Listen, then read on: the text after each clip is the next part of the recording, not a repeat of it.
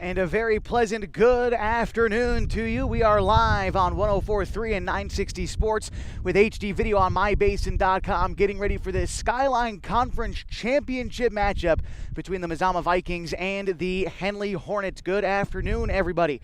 My name is Josh Eldred. So glad to be with you from Henley High School for today's matchup. It is beautiful weather for it. A little bit of wind is blowing out towards the outfield today at the Henley Softball Complex, but overall, some sunny days and blue skies ahead. Should be a fine day for a conference championship matchup. Right now, the Hornets hold a one-game lead over MAZAMA. That one-game lead was built earlier this week when the Hornets beat MAZAMA.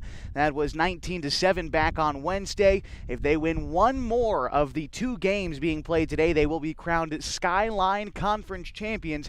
Meantime, the MAZAMA Vikings looking to take a couple on the road and secure their spot into the OSAA state playoffs for softball, which begin next week. We'll give you the full picture of what's going on between these two teams and the history between these two squads. Henley has had the best of MAZAMA the past couple of seasons. Well, but they've had the best of the entire conference the last handful of years, coming into play today with an 89-game conference winning streak. We'll talk about it all as we continue the pregame show on Senior Day from Henley High School. The Vikings and the Hornets are next on 104.3 and 960 with HD video on MyBasin.com. Hi there, it's Les Schwab Tires, reminding you that changing seasons can mean changing road conditions. Introducing the brand new Backcountry AT2 for a quieter ride with improved performance in wet conditions. Because when it comes to keeping your family safe, the right tires help you feel prepared for anything. Seriously, anything. Now save up to $130 when you buy Quadtrac tires with financing. Les Schwab Tires, doing the right thing since 1952. At Bowers Construction, our mission statement is to enrich the lives of our customers and of our team. So we're trying to be the best construction company that we can be by bringing value to other people's lives. So the work we provide is basically from foundation to roof in residential, and we work in commercial construction. Find our Bowers Construction Facebook page or just give us a call. It's 541-205-1464. We are a licensed contractor at CCB 188923. Hi, I'm Rob Cedar, General Manager of Clown Falls Honda and Clown Falls Subaru. I've lived here my whole life. Most of our employees have lived here their whole life too. Our sales, service, parts, and body shop teams are all staffed with experienced local folks. You know them and they know you. Our dealerships are comfortable and not corporate. Comfortable means we're focused on you. I'm Rob and I'm glad to know you. Sports was kind of what defined me as a person. I loved to play every sport I could possibly play. The Abbeys was really the family stomping ground for all of our community. Saturday afternoon soccer tournaments, we'd head over to Abbeys afterwards. And then when we got up into middle school, on our way home, we'd stop at Abbeys after basketball games. When I go home, I want to see two things when I drive through Winston. I want to see my Abbeys and I want to see my high school. And those are the two memories that stick out the most to me.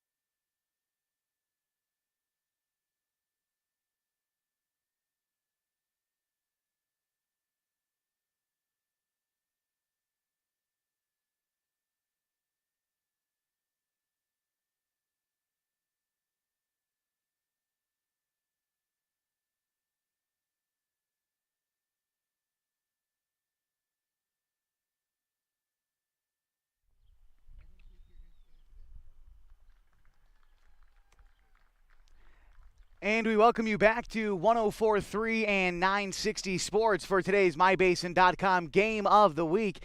Is conference championship time for the MAZAMA Vikings and the Henley Hornets softball teams. It all comes down to today to decide who will be the Skyline Conference champion. Right now, the Hornets hold the one-game advantage over MAZAMA, with the Vikings being 12-1.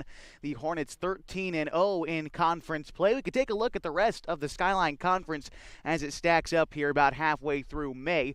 In third place, it's the Hidden Valley Mustangs, who are 7-6 in league. They are 10-10 overall this season. The Phoenix Pirates are 6-7, 8-14 this year. The North Valley Knights are in fifth place in the conference. They are 1-12, 2-22 this year.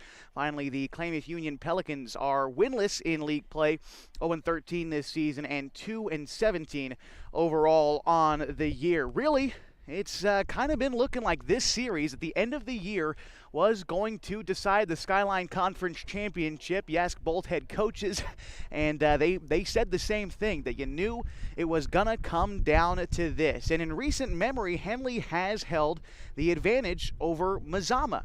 Henley, of course, has that 89-game conference winning streak coming into today's game that dates back to 2014.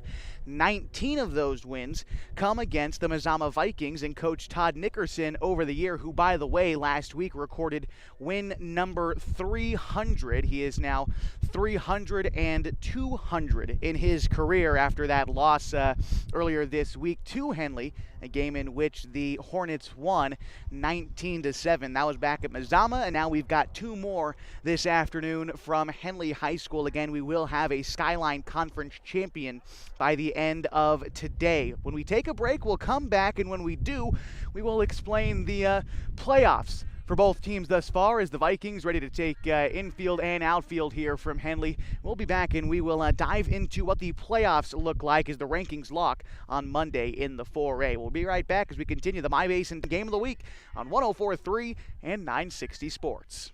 On Top Tree Services have one of the highest buckets in town. No job too small, no tree too tall. Operating since 2017, this crew's ready for your land clearing, tree removal, tree trimming, stump grinding, and fire prevention. On Top Tree Services offers same-day estimates. I can't mention this enough. If a tree falls on your house or vehicle, they offer a 24/7 emergency tree or limb removal. Give them a call today at 541-882-8707. On Top Tree Services, fast, easy, and reliable. CCB 216014. The innocence of youth. Is there anything any better? But soon they'll be in high school and facing all the same challenges you faced. How to make friends, how to fit in, how to be cool. We want our children to have everything they'll need to live fulfilling and productive lives.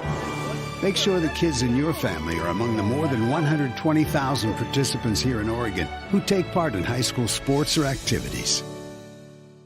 Sports was kind of what defined me as a person. I loved to play every sport I could possibly play. The Abbeys was really the family stomping ground for all of our community. Saturday afternoon soccer tournaments, we'd head over to Abbeys afterwards. And then when we got up into middle school, on our way home, we'd stop at Abbeys after basketball games. When I go home, I want to see two things when I drive through Winston. I want to see my Abbeys, and I want to see my high school.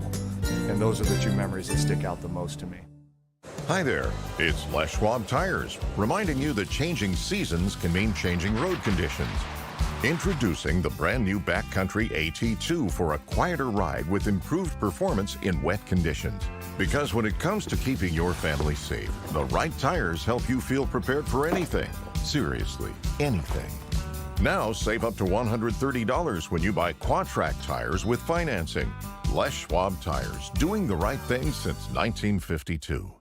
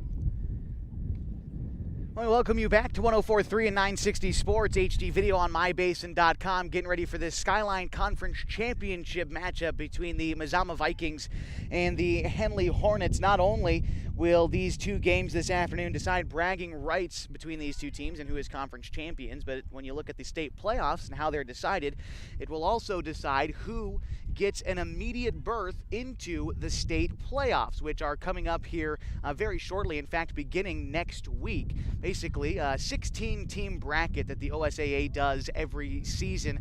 They take 8 teams that immediately get into that 16-team bracket, the automatic qualifiers they call them, and 6 of those automatic qualifiers are decided by the 6 league champions across the state. Obviously, that including the Skyline Conference, Kawapa League, Tri-Valley Conference, the Oregon West Conference. You've also got the Sky M League, and of course the Greater Oregon League out in Eastern Oregon. Those 6 league champions will get immediate bids into the state playoffs, plus 2 more being the highest ranked teams that didn't get to be league champions. So right now that might be, you're looking at 6th ranked Ontario coming out of the Greater Oregon League, and I also look at the Oregon West Conference, which is tough this season with 3 teams ranked inside the top 10, with Cascade leading the way right now. Staten is ranked 5th in the state at 14-4, and Sweet Home is number 9 at 12-5.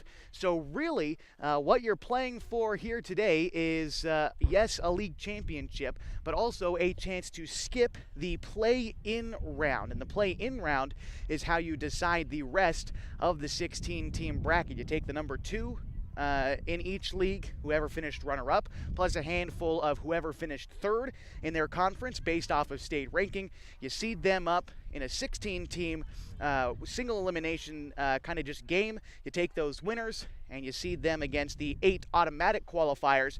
That is how you get your 16-team bracket that begins a week from today to decide an OSAA state champion. The Hornets made it there last year, and last time there was a legit state playoffs. The Vikings were ousted in the first round, but both of these teams this year are in good position to try to win the conference, obviously with 2 games today to decide it, and make a deep run in the state playoffs, with Henley ranked number 7 in the state and MAZAMA at number 10, both garnering respect and eyeballs from around the state as we get ready for first pitch coming up in just a bit. We're going to step aside, and when we come back, it will be time for first pitch, and of course we'll get you the starting lineups next on 104.3 and 960 Sports with HD video on mybasin.com. Wait, all I do is wait. So lonely, I just sigh and moan. Seems like I've been waiting forever, wondering if you're coming home. I just saw your face, I know you're coming home. I swear there is no place that feels as good as home. And then I heard your voice, I know you're coming home. I know you're coming home. This is where unconditional love and immeasurable happiness reside. This is home. Coldwell Banker, where home begins.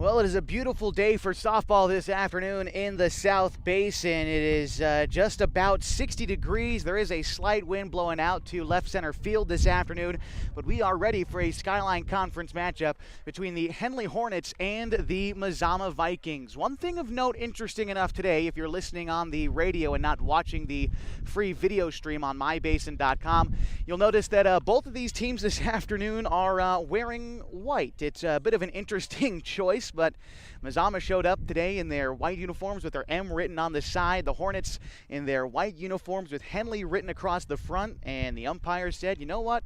You showed up. We're here. Both teams are wearing white. MAZAMA held a vote if they wanted to switch to their blue uniforms, but we are all wearing white for a championship Saturday on mybasin.com. It looks like we're about ready to go, so let's meet the starting lineup for the visiting MAZAMA Vikings. Leading off at shortstop is Kennedy Lease with Gracie Hamilton batting second at catcher. Kalyn Davis is the MAZAMA pitcher and hits third, and we are ready to go as Kennedy Lease steps in and takes ball one high. Annie Campos, the starting pitcher today for the Hornets, the sophomore, has started in every single league contest this year for Henley.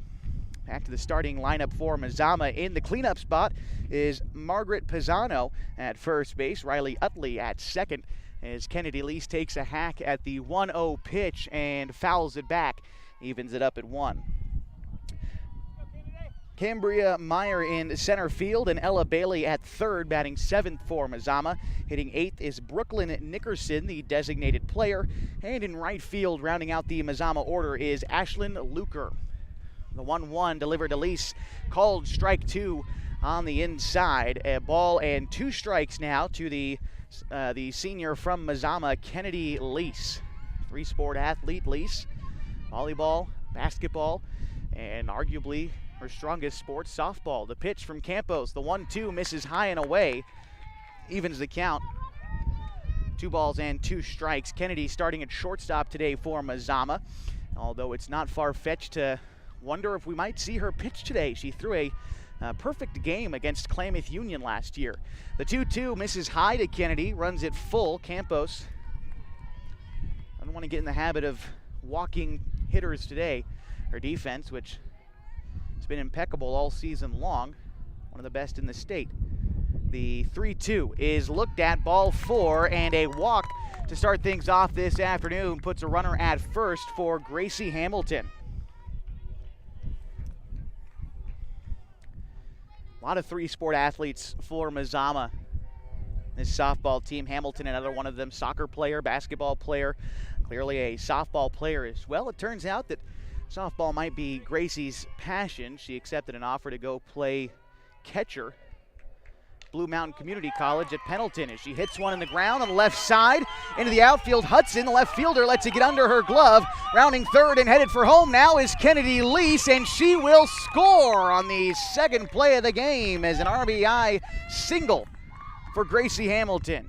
Stretches it out into a double on the throw, and MAZAMA strikes first in this conference championship matchup. The Vikings lead 1-0. Runner at second base and nobody out for Kalyn Davis.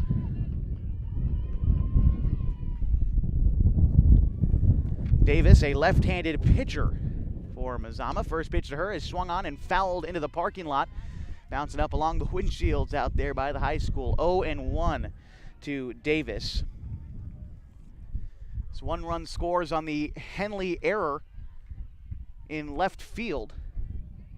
We'll get you the defensive starters for the Hornets after this. The 0-1 from Campos, a line drive to short, past Caroline Mick. At short, a base hit into left field, and Davis is on board, putting runners at the corners now with nobody out.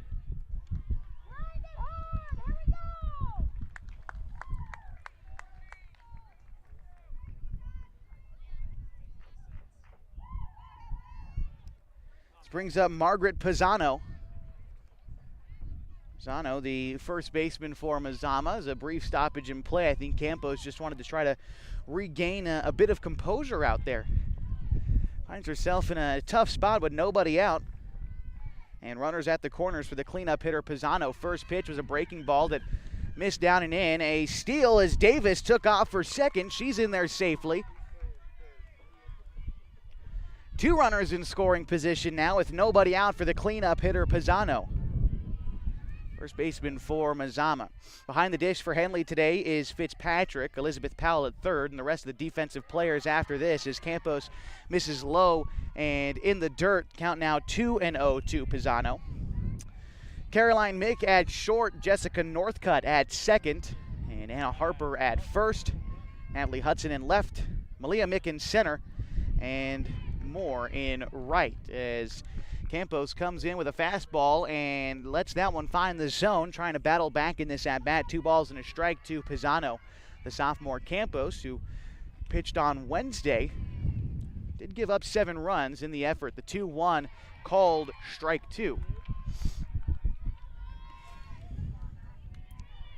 And he has stepped up in league play this year. Obviously, the Hornets undefeated in conference play this year with a 13-10 overall record and a 13-0 league record. They have lost every non-conference game and won every conference game. As a fastball comes high to Pisano, swing and a miss, strike 3. And that is the first out in the first inning for the Vikings. Still 2 runners in scoring position. Hamilton stands at third. At second, it's Davis as Riley Utley steps in now for Mazama, the starting second baseman for the Vikes. Right-handed hitter against the right-handed throwing Annie Campos. The pitch shows bunt. The pitch comes down and in, and Utley pulls back in time. 1-0 the count. Reminder that going on behind us is the baseball game at Rosser Field. Mazama and Henley still taking each other on, trying to fight for what will technically probably amount to second place in the Skyline Conference. The 1-0 fouled back. Ball and a strike. So with the baseball game behind us, yes, Mazama has a 1-game lead over Henley, but Hidden Valley with that 2-game lead, or excuse me, 1-game lead over Mazama, 2-game lead over Henley in baseball. Take a lot for either one of those teams behind us to win the conference. But right now in this softball matchup, it's for all the marbles. The 1-1 on the way from Campos, misses high, 2-1. On deck, Cambria Meyer. So it is senior day here today at Henley High School. Last home game for Henley, and could be the last game in the basin for the Vikes unless they win this conference matchup. A bunt down the first base line gets through the gloves of Harper. Campos is there to pick it up. Throw on to first is in time. Utley is retired for the second out, but a run did come in to score as Hamilton crosses home, an RBI for Utley. And Davis advancing to third. Mazama now leads 2-0 with 2 away, and Cambria Meyer to hit the pitch. It is taken inside, ball 1.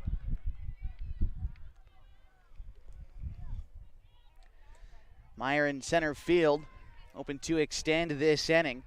As Kalyn Davis stands on third. Mazama has already struck twice in this inning. The pitch, it is lifted into shallow right field. The center fielder, Mick, comes over and makes the catch to end the inning. The Vikings score 2 runs on 2 hits. They leave 1 stranded. We are headed now to the bottom of the first on 104.3 and 960 Sports with HD Video, iBasin.com.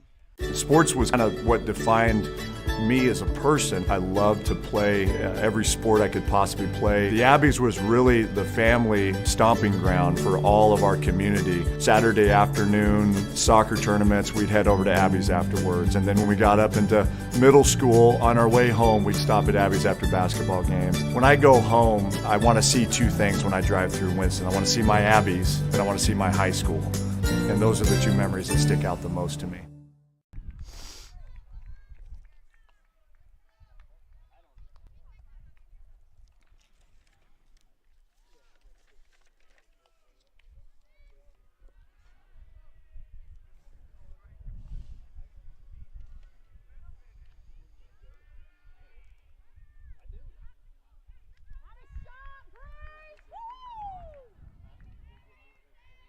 We're back on 104.3 and 960 Sports, HD Video on MyBasin.com. The Vikings have jumped out to an early lead over Henley. They're up 2-0, and now the Hornets a chance to try and Answer back. It'll be the top of the order in the bottom of the first against Davis for Mazama. The left-handed hitting Malia Mick steps in. First pitch to Mick, down and away. It'll miss for ball one. Mick has been deadly at the top of the order for Henley. She watches ball two miss along the outside there, 2-0. You might remember the Mick last name if you follow Oregon Tech at all. Of course, Dad Bobby Mick was the head coach of Henley for a number of years, won state championships here, and now an assistant for the Lady Owls. The 2-0 swung on and missed, 2-1. The count to Malia Mick. Her sister Kayla, a graduate of Henley High School, now up at Oregon Tech as they prepare for the NAIA opening round next week. Pitch down, missing, 3-1. The count to Mick. After Mick in the order, it's Powell at third. Lily Fitzpatrick is catching and hitting third. Annie Campos, the pitcher, bats cleanup today for Henley, and hitting fifth, it's Anna Harper. It's the 2-2 fastball. Swung on and missed. Pardon me, that was 3-2. Now is the count to Malia Mick. After Harper in the order, batting sixth is Natalie Hudson in left. Caroline Mick in at shortstop as the pitch to Malia Mick is swung on and missed for strike three. Her strikeout of the day for Kalyn Davis. Hitting eighth for Henley today, Ashland Cernowski, and Maddie Moore bats ninth for the Hornets in right field today as Elizabeth Powell steps in. Senior day festivities, and Elizabeth Powell is graduating after today's affairs as she watches ball one taken on the outside. Powell has had an incredible season so far. She's hit for the cycle, has had a multi-home run game earlier this year. The third baseman from Henley has left her mark on her senior season. This time a line drive to left field and caught by Luker. Second out in the inning. And that will bring up Lily Fitzpatrick.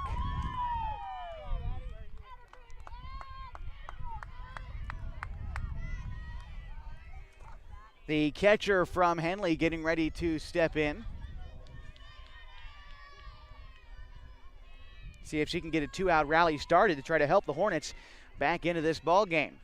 The first pitch from Davis is going to be called ball one, low and away. Three straight batters and three straight first pitch balls from Davis, but came back and struck out Mick and was a fly out to Powell. This time missing wide again, 2-0 to Fitzpatrick.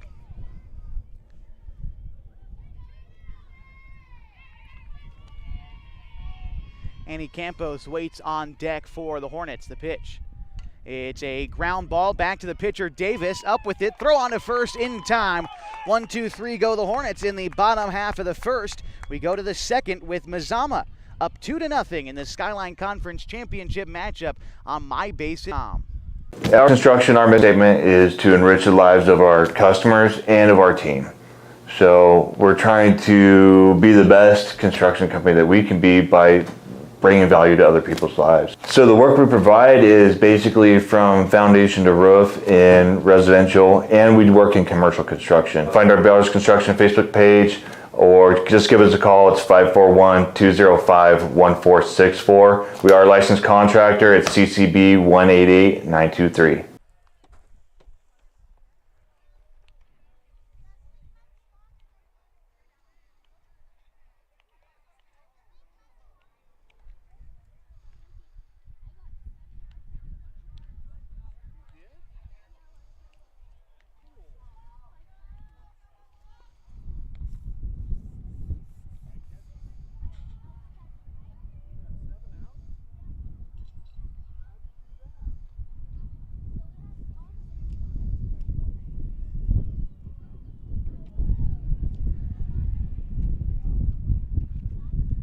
It'll be Ella Bailey, Brooklyn Nickerson, and Ashlyn Luker due up for the Vikings in the top of the second. Mazama already up 2-0, and it'll be 7, 8, 9 in the Viking order due up as Annie Campos finishes up her warm-up tosses. Mazama got to her a bit in the top half of the first, started out the inning with a walk to Kennedy Lease. She would eventually come around to score on the RBI single from Gracie Hamilton. Hamilton would later come in to score on a sacrifice from Riley Utley, and that is how Mazama has each of their 2 runs in the top of the second inning.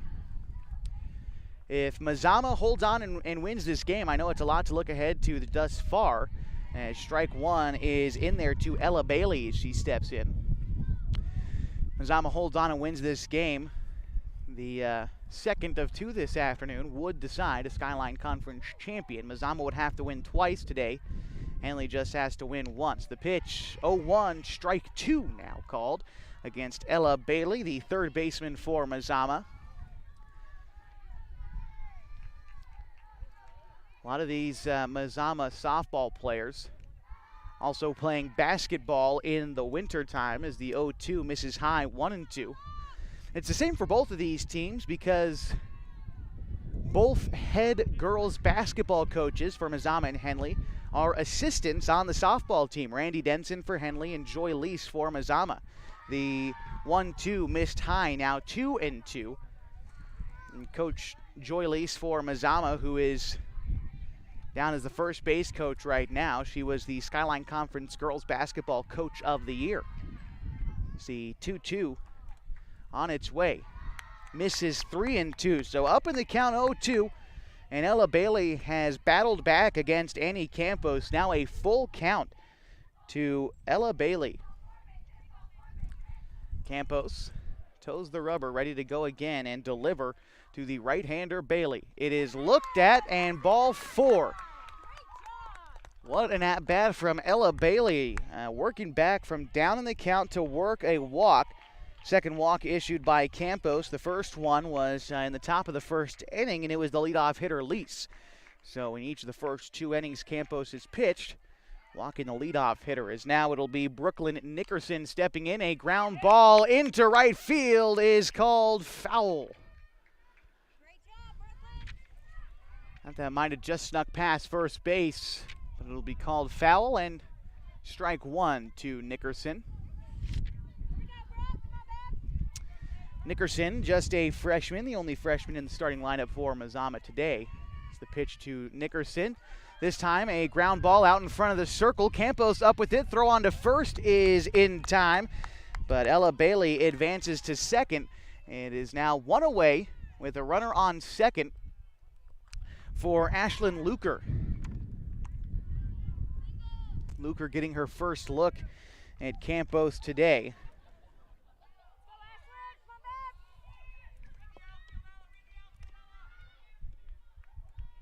The senior outfielder from Mazama shows bunt on the first pitch. And I believe she pulled back in time for ball 1, and she did. Campos pitching in what's been the biggest game of her high school career thus far, hoping to have bigger moments in a possible postseason berth for the Hornets. The 1-0 is fouled back by Luker, making it 1-1.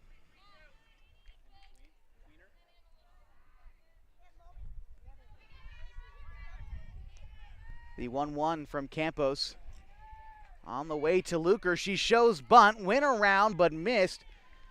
It'll be strike 2 to Luker. Again, Bailey was in a 2-strike count as well before she worked a walk. She's now standing there on second after being moved over on the ground ball from Nickerson. Just 1 away in the top of the second inning, and Mazama leads 2-0. The pitch is low. Fitzpatrick couldn't keep it in front of her. Had to go find it, and in the chaos, Ella Bailey advanced to third. Count now 2-2 to Luker. Just about anything out of the infield will score Bailey at third, as already squaring to bunt is Luker. The pitch, he pulls back, sends a line shot to first base, snagged by Harper. Throw over to third to try to get Bailey, but she's back safely.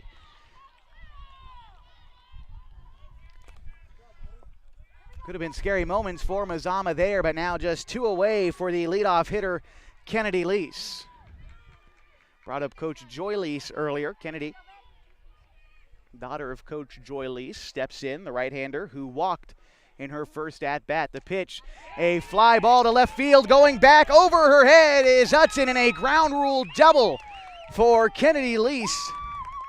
Gives her an RBI and gives her team a 3-0 lead over the Henley Hornets.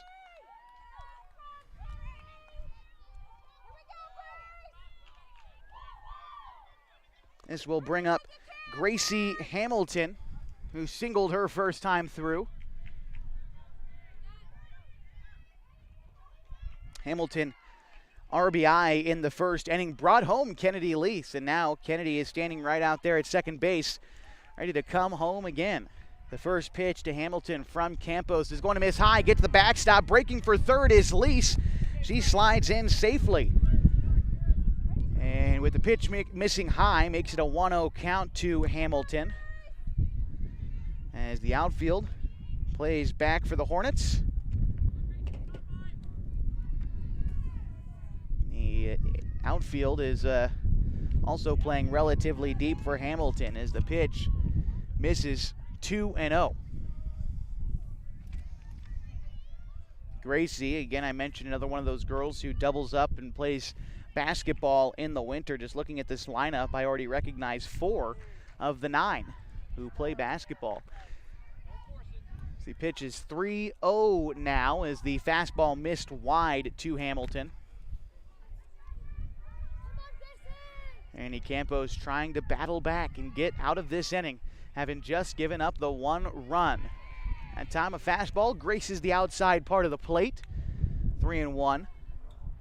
Due up next, if she gets a chance, is Kalyn Davis, the pitcher on deck for Mazama.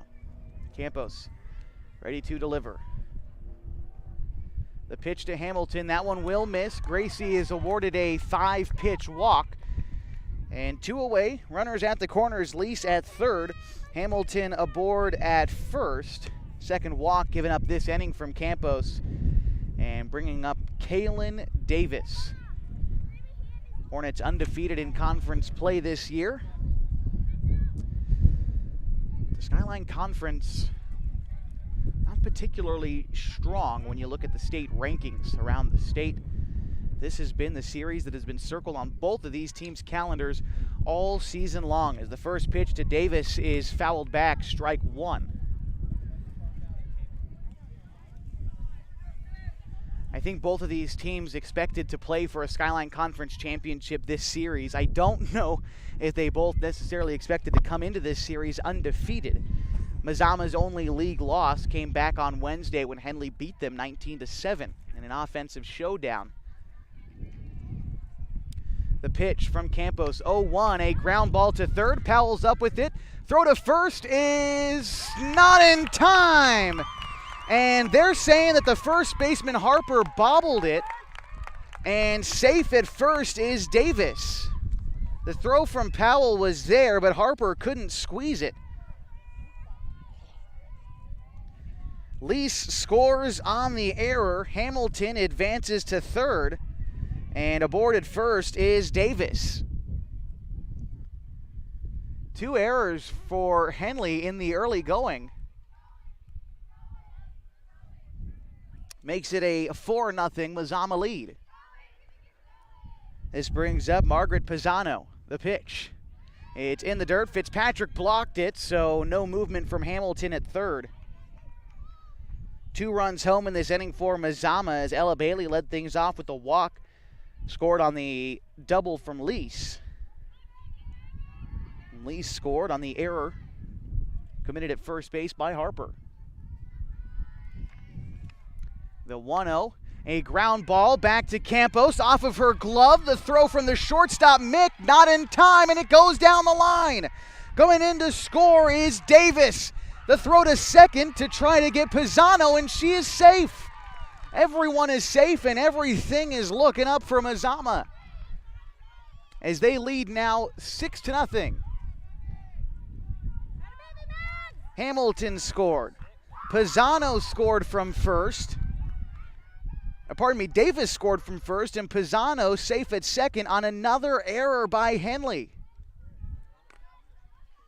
Coach Stock coming out of the dugout to try to have a conversation with his infield. Back-to-back errors. I don't know if Henley has done that more than one time this year. As the huddle breaks, Campos still in the circle. There was a huddle in the outfield, too, between Moore, Mick, and Hudson. And now it's up to Riley Utley to try to keep the magic going for Mazama. Utley 0 for 1 today. It's a ground out, but she brought home a run in the process. Her team up 6-0. The pitch.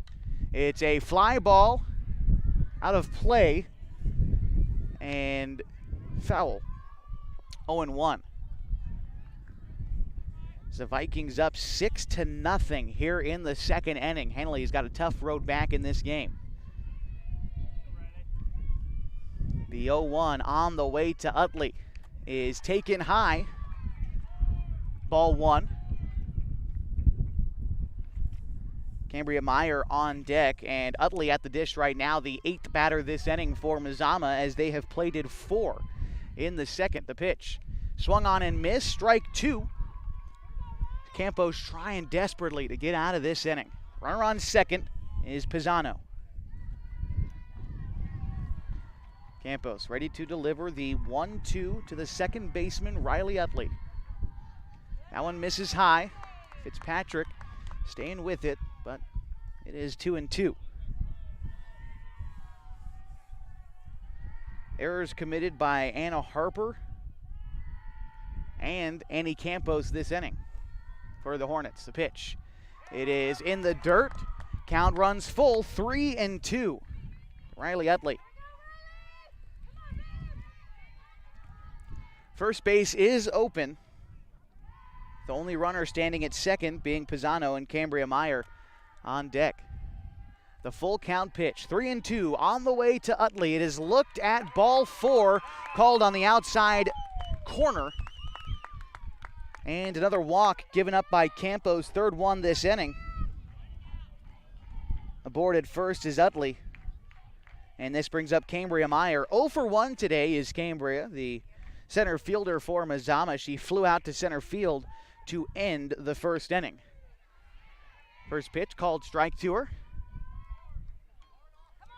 0-1. Meyer for Mazama. It's another one of the seniors playing her last game here at Henley High School today. The pitch to Meyer is high, gets the backstop. Breaking for third is Pisano. She is in there safely. Utley also advanced to second, so 2 runners in scoring position and a 1-1 count to Cambria Meyer. Looking to put her team up 8 in just the second inning. The pitch on the way from Campos. It is swung on and missed, and strike 2. 1-2 to Meyer. Big pitch coming up as Campos just needs to get her offense back out onto the field. The pitch. It is going to go to the backstop now. Breaking for the plate is Pisano. The throw is in time, and Campos lays the tag on Pisano to end the inning. Not before the Vikings score 4 in this inning on just 1 hit. The score 6-0 as we head to the bottom of the second inning on 104.3 and 60 Sports. Trying to lose some weight and get in shape? Harbor Isles Tennis and Fitness Club provides a clean and friendly workout environment with professional and experienced staff to help you achieve your goals. They offer state-of-the-art equipment, indoor tennis and pickleball courts, certified personal trainers, tons of group exercise classes. They're the best exercise facility in the Klamath Basin. Plus, they now have a smoothie bar to give you a nutritious boost after your workout. See and feel the difference at Harbor Isles Tennis and Fitness Club. It's the place to be.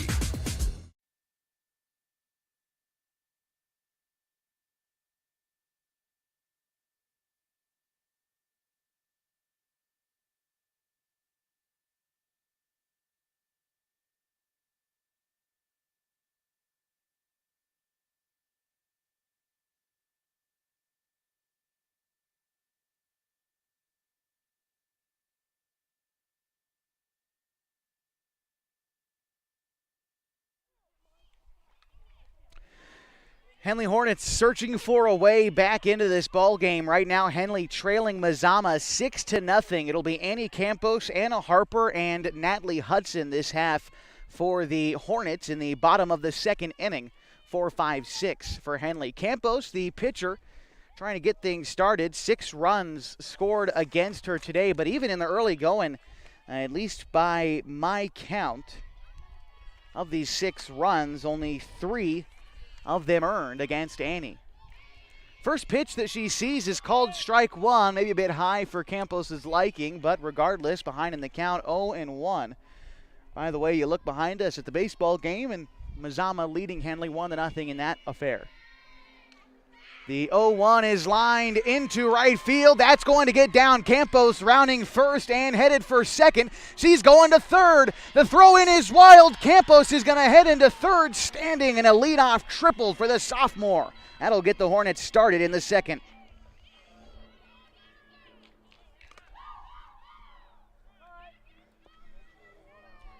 This brings up Anna Harper, as they will have a runner come in for Campos.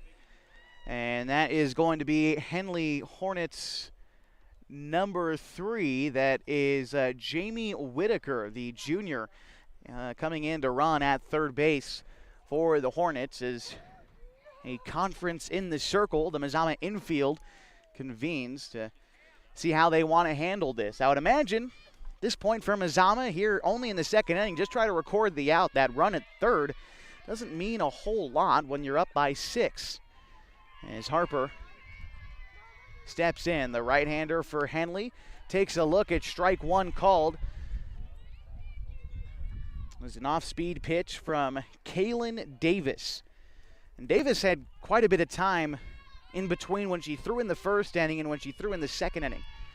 And the pitch from Davis is a ground ball to second. Up with it is Utley. She throws on to first in time, but Whittaker does score from third, trimming the the Vikings deficit to just 5, as the score now 6-1 with 1 away in the bottom of the second inning for Natalie Hudson.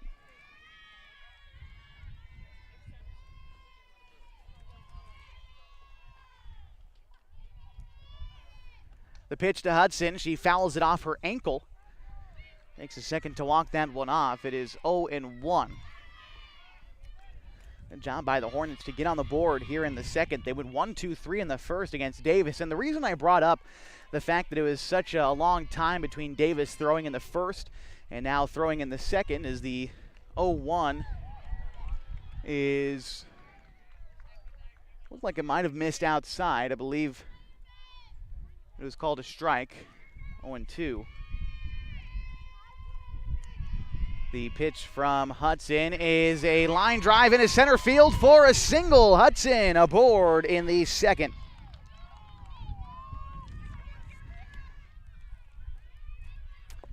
And Davis, again, the reason I bring that up is because I feel like there was less time between when she was finished throwing her warm-up pitches in pregame to when she threw in the game to now obviously having that long break between the first and second innings where her team scored 4 runs.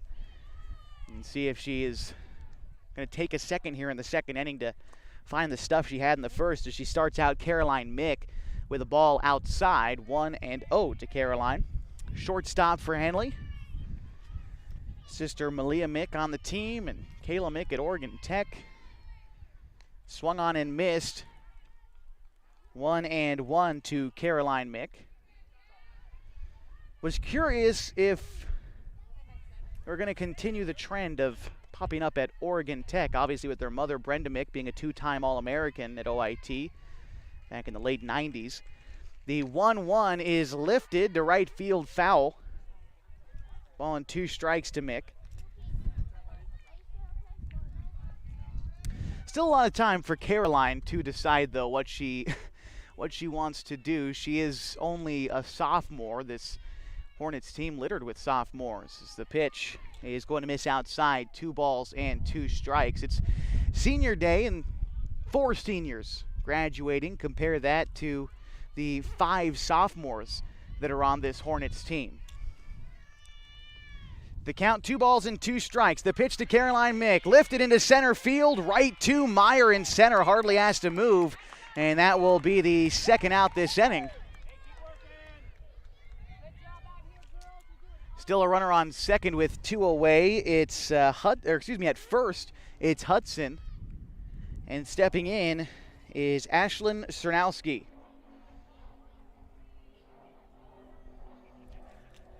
Ashland, the designated player. She is hitting in the lineup for the Hornets' second baseman, Jessica Northcutt. Makes contact with that one, sends it high and deep to right field. It is gone. A 2-run blast for Ashland Cernowski. Cuts this Mazama lead in half. Just a 6-3 ball game in the second inning.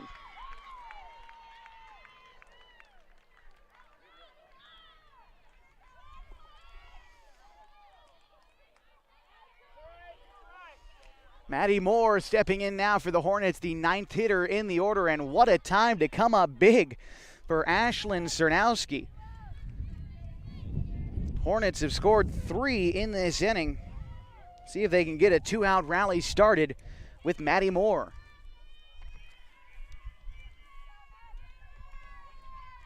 The first pitch to Moore, it is looked at, down and in for ball 1.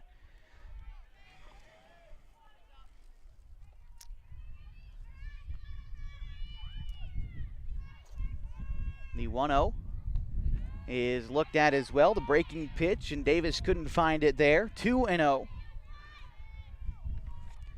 Davis, the pitcher for Mazama, is a freshman pitching in this game.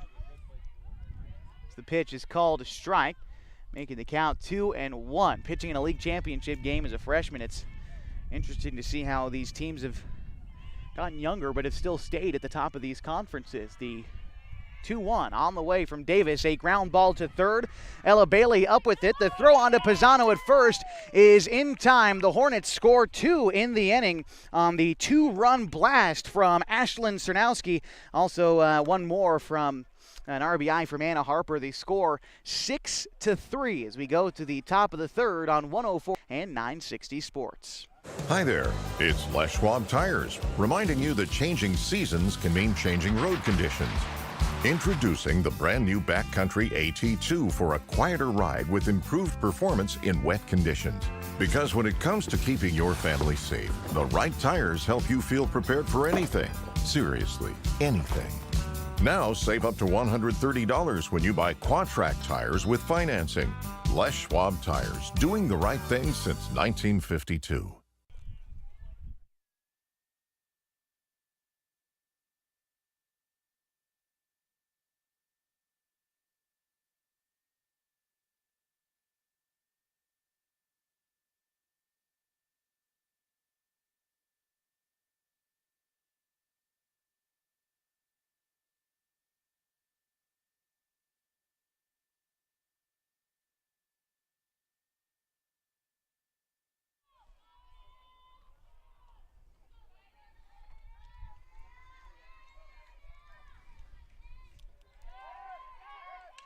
We're back on 104.3 and 960 Sports and HD video on mybasin.com. There was a foul ball from the baseball field that ended up in the outfield. And as we got right back into the action, that was Cambria Meyer, who got the leadoff single for Mazama to start things out. And hold on, wait, there's a ball in the outfield. Someone called time. There's a ball in the outfield from the baseball field. A ground ball to second. Northcutt tosses on to Mick. The throw to first, not in time. And there was a baseball from the baseball game in the outfield, that whole play. There's one away. We'll reset things for you. The runner on first is Bailey, who reached on a fielder's choice. There is one away in the top of the third inning, and Mazama leads the Hornets 6-3. Brooklyn Nickerson stepping in now for the Vikings. The pitch from Campos. It's a check swing inside. Pitch called a ball, 1-0. And we've talked plenty about the baseball game behind us now interfering with the softball contest. By the way, behind us at Rosser Field, Mazama leads the Hornets 1-0. The 1-0 pitch is high but fouled back. A ball and a strike to the freshman Nickerson. And Nickerson, the daughter of Coach Todd Nickerson. Coach Nickerson earned his 300th win as a head coach earlier this season. That was back against Klamath Union last week. The pitch, it is swung on and foul. Oh, no, not a foul ball. It was a pass ball. Rolls back to the backstop, and in the meantime, Bailey is going to advance to second. The count now, ball and 2 strikes with 1 out to Nickerson. I'm sure this Hornets team has been a thorn in Coach Nickerson's side, as through 300 wins and 200 losses, Henley has handed him 19 losses over the past about 5.5 years. A foul ball by Nickerson.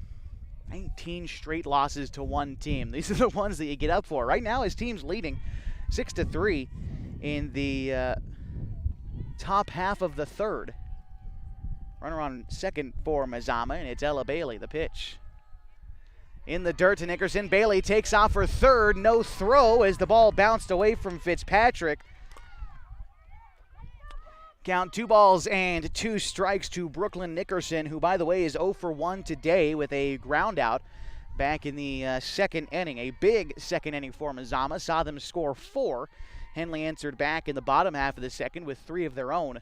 That's how we get a score of 6-3. The pitch is low. Runs the count full. 3-2. Campos has had a little bit of trouble finding the strike zone today. Already 4 walks given up through the first 2 1/3. Here's the pitch from Campos. Full count. The delivery is a line drive foul. Bouncing off the chain link fence, protecting the players in the Hornets dugout. Assistant coaches like Randy Denson and Jesse Hamilton, the athletic director here at Henley High School. 3-2. The count to Brooklyn Nickerson. Full count pitch. It is looked at for ball 4. Came inside, and that was enough to issue Nickerson a walk. Runners at the corners with Nickerson at first and Bailey at third. This will bring in Ashland Luker, and curious if it looks like we're going to get a runner for Nickerson, as Todd Nickerson, the head coach for Mazama, comes down and has a visit with the home plate umpire. It looks to me like it's going to be Addison McGurr coming in. McGurr is who Nickerson is batting for, the left fielder today for Mazama.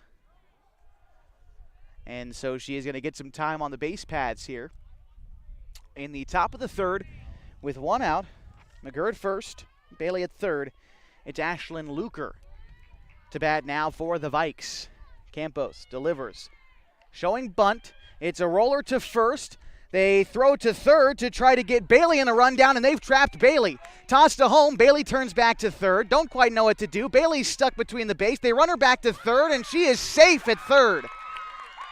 Bases loaded now is in the process. McGurr moved to second. Luker clearly safe at first on the fielder's choice, and that will load up the bases with just 1 out.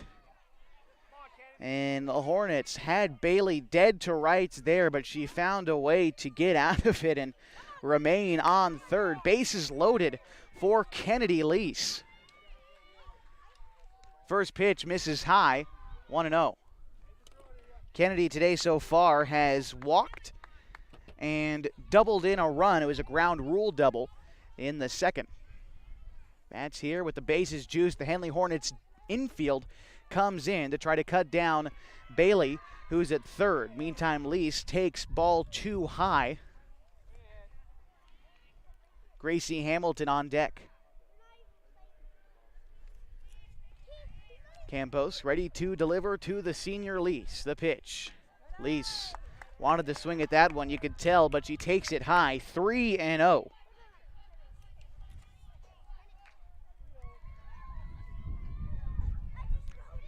Outfield for the Hornets, back up just a little bit. The infield still in as Lease shows bunt, pulls back, called strike one. Count now 3-1. I think Lease thought that one might have been a bit inside for her liking. Regardless, Fitzpatrick, a nice job to frame that one up for the home plate umpire, makes it a 3-1 count. The pitch from Campos is a ground ball past the shortstop Mick and into center field. One run's going to score. McGurr scores. The throw in is going to be cut off. A 2 RBI double for Kennedy Lease. Gives her 3 on the afternoon as Bailey scores and McGurr scores. Luker pulls to a stop at third, and the Vikings now lead 8-3. Brings up Gracie Hamilton, 1 for 1 today is Gracie. She singled back in the first and brought in a run, walked, came around to score in the second. And this inning proving to be just as important for the Vikes as they've put up 2 already, both off the bat of Kennedy Lease. First pitch to Hamilton is going to end up foul down the third base line. Rolled just inside of the bag. And it is 0-1 to Gracie Hamilton. Still just 1 out in this inning. As the catcher from Mazama steps back in. Again, Hamilton has decided to go play college ball. Blue Mountain in Pendleton as she sends one in the air to center field. That gets down, bounces up against the wall. That is going to score Luker. That's going to score Lease. And Mazama takes a 10-3 lead, a 2 RBI double from Gracie Hamilton.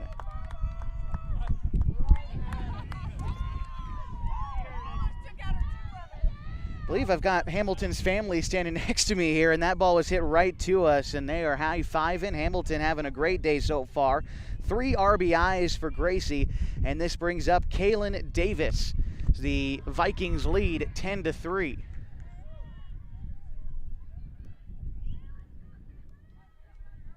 First pitch was a called ball to Davis, 1-0.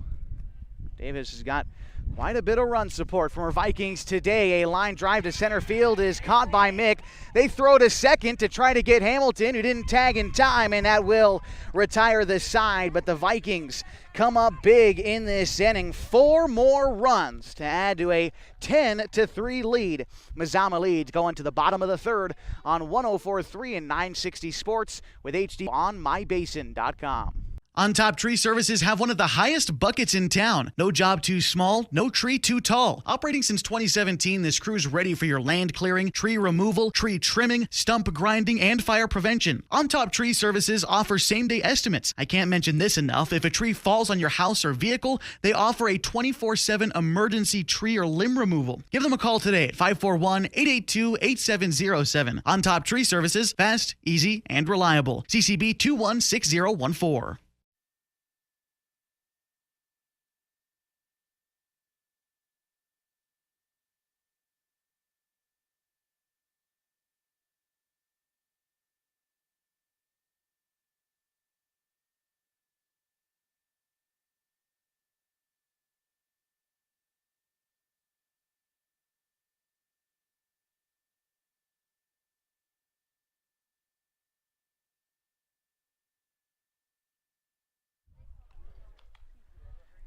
It'll be the top of the Hornets' order to get things started in the bottom half of the third, a game in which Mazama leads Henley 10-3. It'll be Malia Mick, Elizabeth Powell, and Lily Fitzpatrick do up this third for the Hornets as they try to battle back into this game. They were able to plate 3 last time around, but Mazama answered back with 4 more of their own in the top half of this inning, and now Kalyn Davis has got quite a bit of run support, a 7-run lead, and she can afford to go right after these Henley hitters.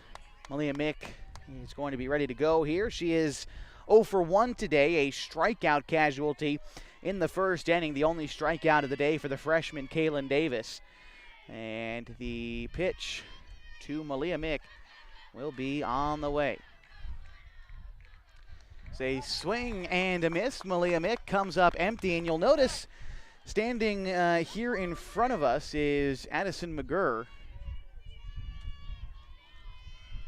She is playing left field, but is over quite a few steps against the left-handed hitting Malia Mick. A swing and a miss, 0-2 now to Malia, as the entire Mazama outfield is shaded over to the right side.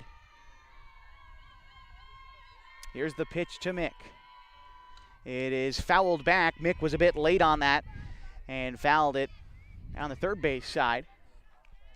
Count still 0-2 to Malia, who has decided to end her athletics career in high school and go to Boise State. She'll be joined by her teammate who missed most of the year, Beth Hamilton. And a line drive is going to get down into left field. Rounding first, headed for second. The throw is not in time. Mick is safe, and a leadoff double for the Hornets in the bottom of the third. That's the gamble you take when you shift the outfield. Mick hit it right where they weren't, and that'll be a leadoff double for the Hornets. Stepping in now is Elizabeth Powell. Powell hit some good out to left field last time, but it was snagged by McGurr. This time she makes contact, sends one to right field, foul, 0-1. And Powell has had an impressive year for the Hornets so far. A multi-home run game. She hit for the cycle earlier in conference play. It was here at home, and I believe it was against Hidden Valley when she hit for the cycle. The 0-1 to Powell is a line drive back into center field. It gets down. They're waving Mick in. The throw is going to be cut off and then rolled down to the backstop. Now advancing to second is Elizabeth Powell, and the Hornets are in business here in the third. They only trail 10-4. Now after that RBI single from Elizabeth Powell. Brings up Lily Fitzpatrick. And a meeting in the circle for Mazama as the infield unjoined by head coach Todd Nickerson.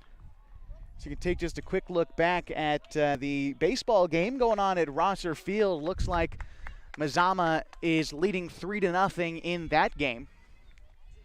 Mazama baseball beat the Hornets back on Wednesday at Kiger Stadium 5-4.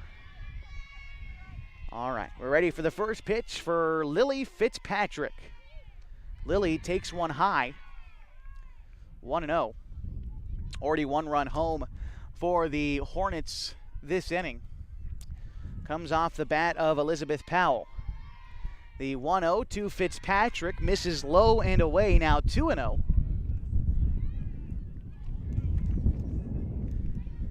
So Hornets with nobody out and a runner in scoring position, a chance to try to inch back into this ball game. The pitch to Fitzpatrick, that one is looked at for a strike. 2-1. After Fitzpatrick, it is Campos on deck for the Hornets.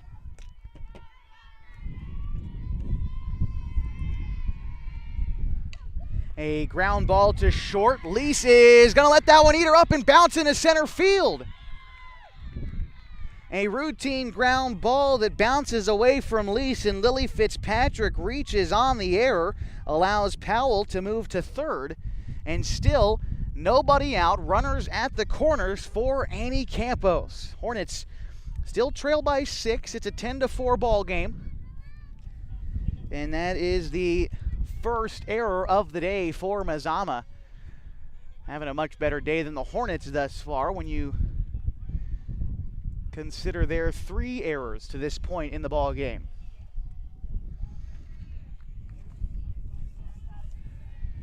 Campos, the pitcher, looking to help her own cause here and get her team back maybe within 5 with a base hit into the outfield. First pitch is going to miss wide to Campos. And Davis finds herself in a little bit of a jam. Fitzpatrick, the catcher, not necessarily a threat to score from first, but you never know. The pitch to Campos, that one is going to miss high. And 2-0. Hamilton, Gracie Hamilton, behind the plate for Mazama, hurrying the throw back to Davis. I think maybe to try to make sure that no one is on the move, but again, I don't think Fitzpatrick is a threat to go at first, as the pitch is fouled back. 2-1. The count now to Annie Campos. She's 1 for 1 today. She tripled in the second to lead off that inning. Came around to score in the second inning in which the Hornets scored 3. The 2-1 on the way to Campos. It is hit in the air to right field. Moving over is Luker, but she will let that one go out of play, foul. 2 balls and 2 strikes.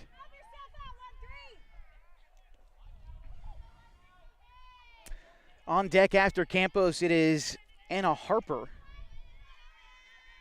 Looking to keep the rally going. The 2-2. A ground ball to second. Utley is up with it. Throw on to first in time. At second, they turn 2. And the Vikings, that is a big one for Kalyn Davis. Now, Powell did score on the play. Makes it a 10-5 Mazama advantage. But now the bases are empty at 2 outs as the 4-6-3 double play helps Kalyn Davis quite a bit here for Anna Harper.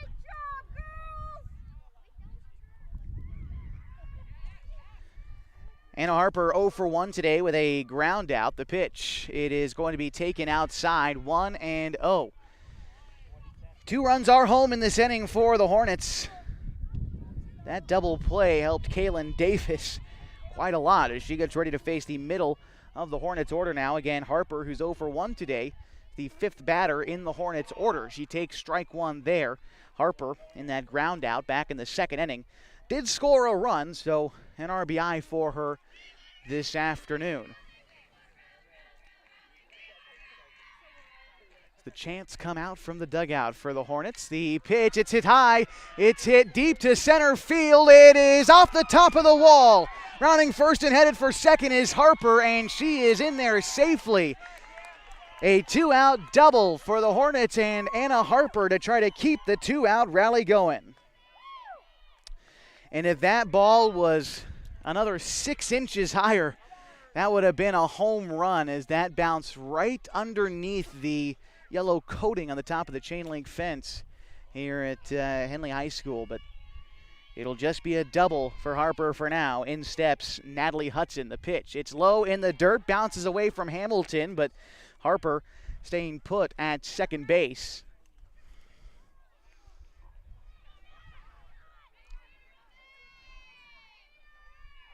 Kalyn Davis comes with the 1-0. It is fouled off the foot of Natalie Hudson. That's the second time that's happened to her in this game.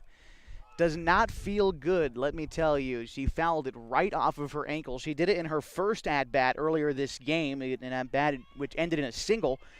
She came around to score, but yeah, she's going to have to walk this one off for a second. The foul ball off the ankle, oof.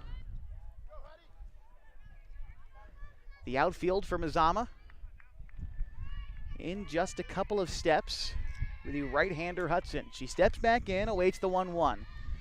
It is called a ball 2-1.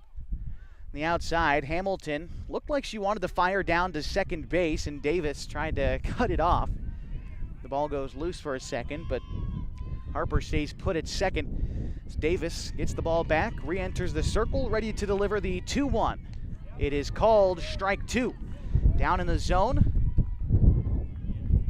Hudson trying to keep this rally alive. She's 1 for 1 today. On deck is Caroline Mick. The 2-2. Swung on and fouled. Hudson reaching for that one. Gets a piece of it to fight it off. Might have been out of the zone. And when you get into these deep at-bats, 2-2, 2 outs, runner on second. You're down by 5. You want to make something happen. You can tend to go fishing a little bit, but a good job by Hudson to fight that one off. And a good eye on the 2-2 pitch to run the count full now, 3-2. That pitch was in pretty much the same location, but that time Hudson had the idea to lay that one off. The full count pitch is a slow roller out in front of the circle. The throw onto first is in time, and that will retire the side. The Hornets score 2 in the inning, an RBI for Elizabeth Powell, and the Vikings still lead the Hornets 10-5 as we go to the top of the 4th on 3 and 960 Sports. The innocence of youth. Is there anything any better? But soon they'll be in high school and facing all the same challenges you faced. How to make friends, how to fit in, how to be cool.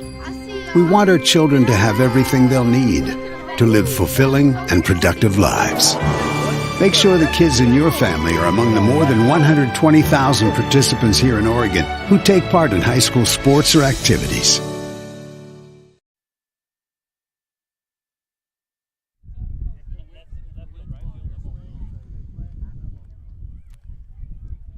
Well, we're into the top of the fourth inning from Henley High School, a 10-5 ball game so far. Mazama today 10 runs on 5 hits, 1 error, and the Vikings to this point have left 2 runners on base. For the Hornets thus far, 5 runs on 6 hits, 3 errors for the Hornets, and just 1 runner left through the first 3 innings. Again, this is just game 1 of a doubleheader today. Mazama in control as Pisano, the cleanup hitter for the Vikes, leads things off in the 4th. The first pitch, a ground ball into center field, a base hit for Pisano to get things started in the top of the 4th. 6th base hit of the day for Mazama. Pisano on board for the 2nd time today. She reached on an error back in the 2nd. Leadoff single in the 4th brings up Riley Utley. Utley today 0 for 1. He ground out in the 1st, in which he had an RBI. She also walked in the 2nd inning.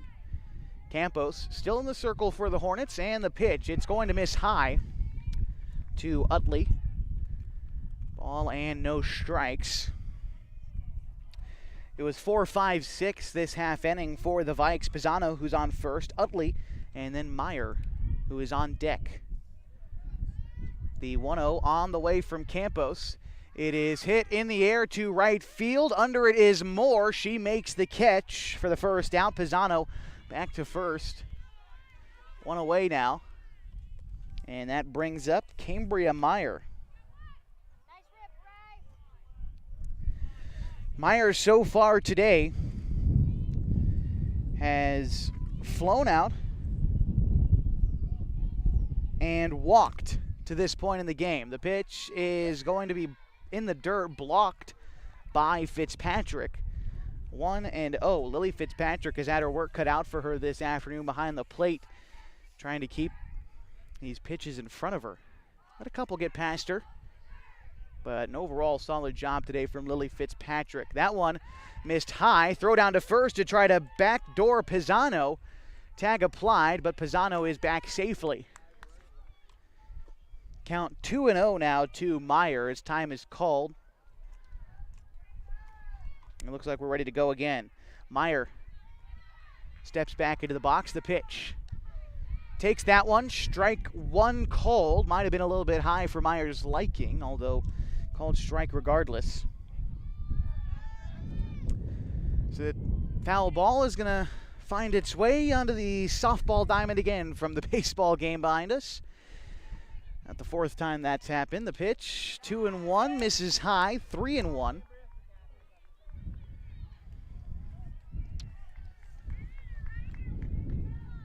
By the way, mentioned the baseball game behind us. Mazama ahead in that one too, 6-0 over the Hornets.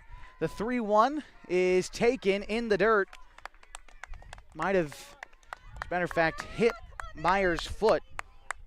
She's on base with another walk. 6 walks today for Annie Campos. Runners on first and second for Ella Bailey. Bailey so far today grounded into a fielder's choice in the 3rd and walked in the 2nd. Chance to try to extend this lead. The pitch is going to be a foul ball down the 3rd base line. 0-1 to Bailey. And these teams have gone relatively back and forth except for that 1st inning. Henley has answered the call in the bottom half, but just can't seem to keep Mazama quiet because the Vikings have answered right back with 4 runs in each of the 2nd and 3rd innings. The 0-1 misses high. 1-1 to Bailey.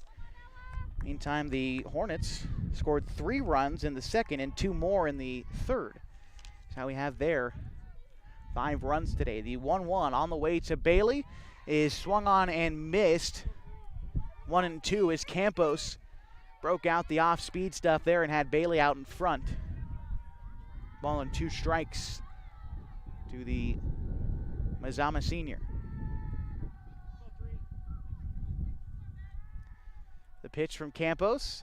Swung on and missed. Gets Bailey on strikes for the second out this inning. Brings up Brooklyn Nickerson, the freshman designated player. Reached base last time on a walk and grounded out back in the second. Chance with Meyer on first. Pisano on second. Try to extend this lead a bit. Right now, Mazama up 10-5. So move into the second half of this ball game in the top of the 4th inning. It is worth mentioning that Henley's 89-game conference win streak in a bit of jeopardy this afternoon as the Hornets find themselves down 5. The first pitch on the way to Nickerson is a ground ball foul down the first base line. 0-1 to Nickerson. On deck, Ashland Luker. Nickerson, the 8th hitter in the Mazama order.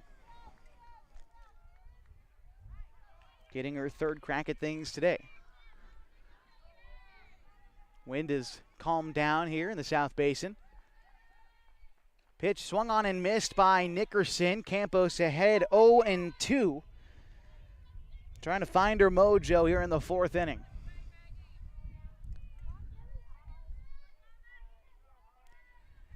Nickerson steps back in. Campos looks at Fitzpatrick, gathers the sign. The pitch is low, a breaking ball that Fitzpatrick blocked, stayed in front of it, missed. Ball and 2 strikes. It's the infield for the Hornets. Shaded back just a little bit, and the outfield moving to the right side, or excuse me, the left side. A 1-2 on the way to Nickerson. Swung on and missed, and Campos gets out of the 4th with back-to-back strikeouts. The Vikings lead 2 stranded, but they do lead the Hornets 10-5 as we go to the bottom half of the 4th on 104.3 and 9 Sports with HD video on mybasin.com. Sports was kind of what defined me as a person. I loved to play every sport I could possibly play. The Abbeys was really the family stomping ground for all of our community. Saturday afternoon, soccer tournaments, we'd head over to Abbeys afterwards. And then when we got up into middle school, on our way home, we'd stop at Abbeys after basketball games. When I go home, I want to see 2 things when I drive through Winston. I want to see my Abbeys, and I want to see my high school. And those are the 2 memories that stick out the most to me.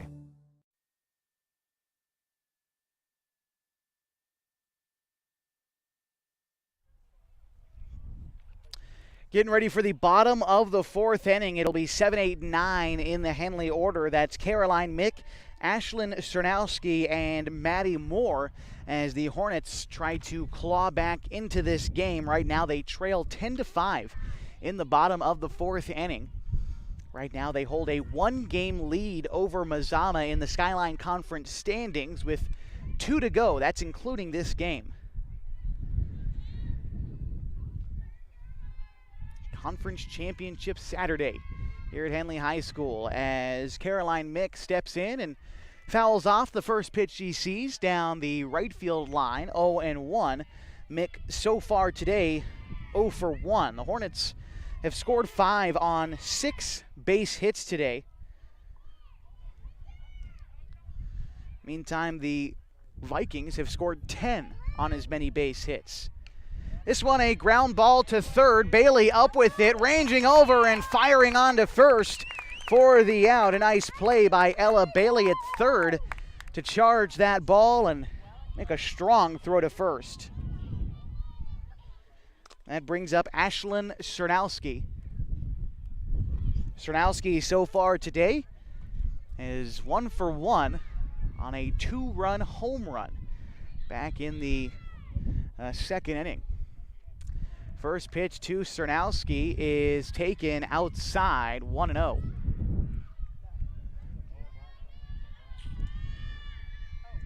That big home run was basically to dead center field from Cernowski. That one comes inside, almost hits her. The count 2-0 now. Part of a 3-run second inning for the Hornets. Trying to get a rally started here in the fourth, as not quite sure what happened. I was looking at my clipboard. Oh, it hit her?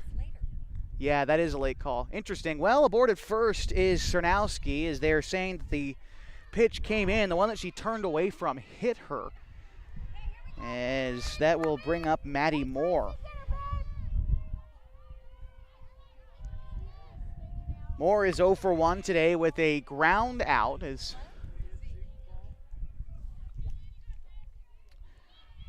See what she can do with one away and a runner on first. They tried to backdoor Cernowski at first. The throw from Hamilton is not going to be in time. Moore gets back safely.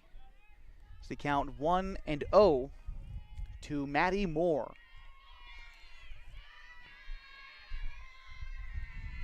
Here's the pitch. It is called strike one.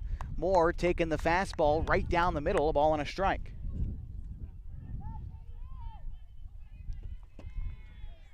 Ella Bailey, the third baseman for Mazama, playing in a couple of steps, maybe guarding the bunt from Moore. Here's the 1-1. It is lifted foul behind home plate. 1-2. Moore is a fairly quick right fielder for Henley, is guarding the bunt. Be the smart choice from Ella Bailey at third.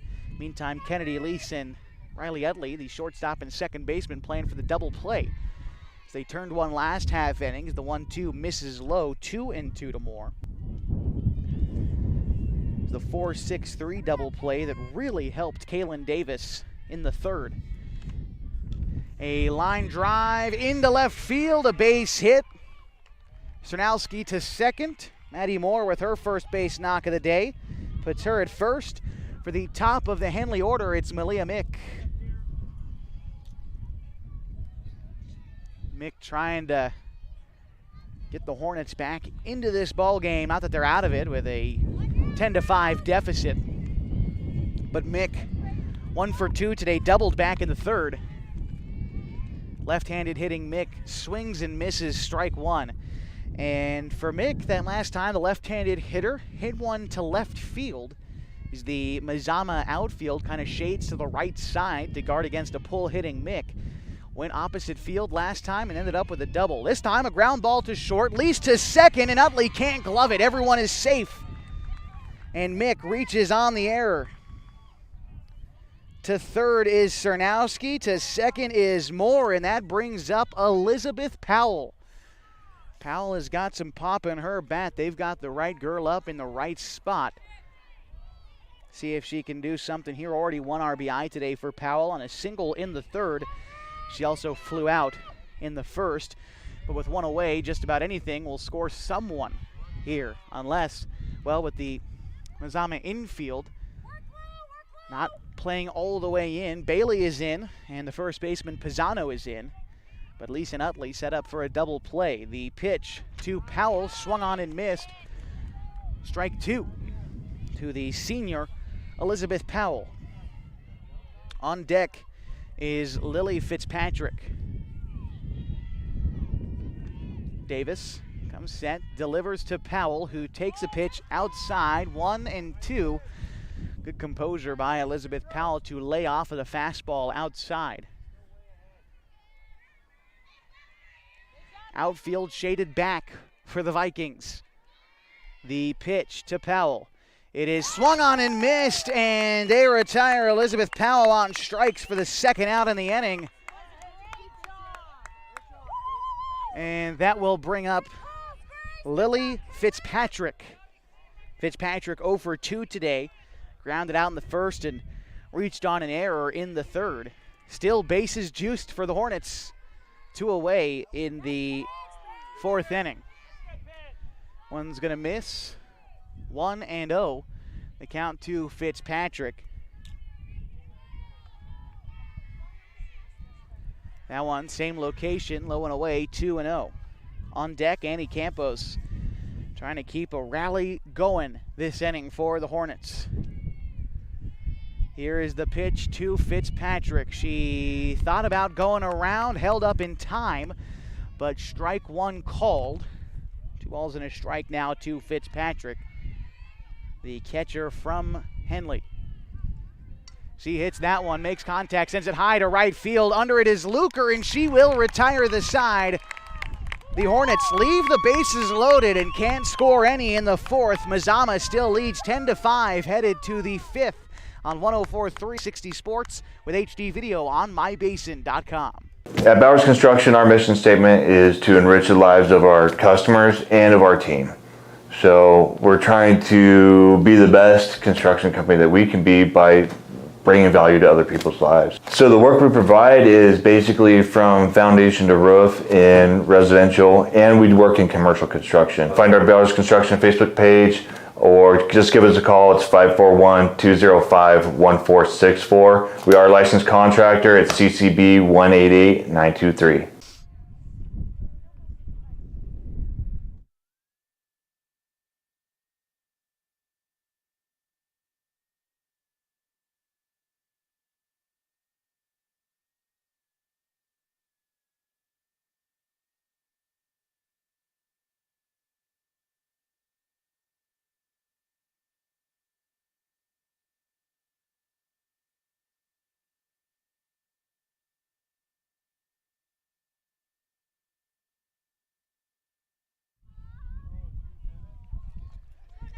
It's going to be Luker, Lease, and Hamilton. That's 9, 1, and 2 in the Mazama order, due up in the top of the 5th, a game in which the Vikings lead 10-5. In the latter half of this ball game, Annie Campos still in the circle for the Hornets, delivering the pitch to Luker. Gets the sign from Fitzpatrick and delivers. Showing bunt was Luker, and Campos missed high. 1-0.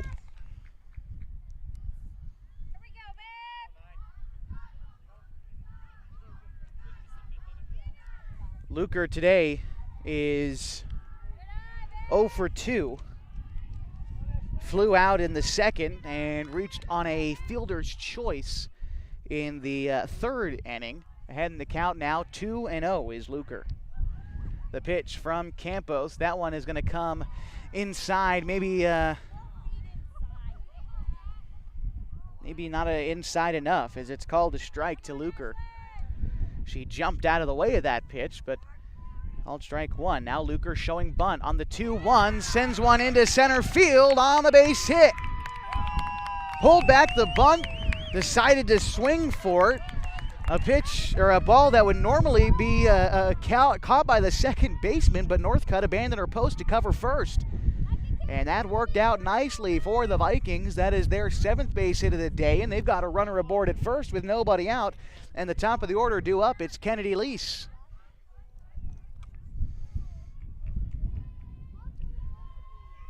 First pitch to Lease is a roller out to first. Harper is up with it. The throw on to first, not in time. She bobbled it on the transfer, and everyone is safe. Luker to second. Lease reaching on the error. 4th error of the day for Henley. And now runners at first and second with nobody out for Gracie Hamilton. Last time, Hamilton sent a double to center field to score 2. She also singled in the first. She's got 3 RBI this afternoon and 2 more out there waiting for her as Hamilton takes ball 1 high. A power hitting catcher from Mazama. Along with those 2 base knocks today, she walked in the 2nd, has reached base every single at-bat today, sends a ground ball foul down the 3rd base line. Ball and a strike for Hamilton. Uncharacteristic day for the Henley defense. I mentioned they've been one of the best in the conference all season long, and today, 4 errors for this Henley defense. Campos getting ready to deliver the 1-1 to Gracie Hamilton. That is off the end of the bat, hit to second. Northcutt bobbles it.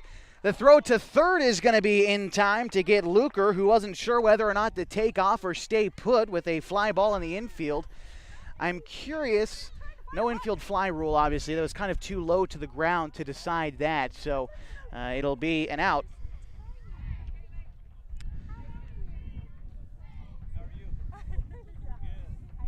And so least to second. Luker was out and Hamilton is aboard at first. And now it's Kalyn Davis, the left-handed hitting pitcher for Mazama, with one away in the inning and 2 runners on. That one is hit. It gets down into center field, and they're going to hold up Lease at third. And so now it is bases loaded as Lee stands at third, Hamilton at second, Davis aboard at first for the cleanup hitter, Margaret Pisano. And this is why they call you the cleanup hitter. You got to load them up and clean them up if you're Pisano. The first pitch from Campos is taken, strike 1 called on the inside part, the fastball from Campos. 3 singles this inning and an error has the Vikings in business with 1 away in the 5th. They're already up by 5. Here is the pitch from Campos. Swung on and missed from Pisano. 0-2.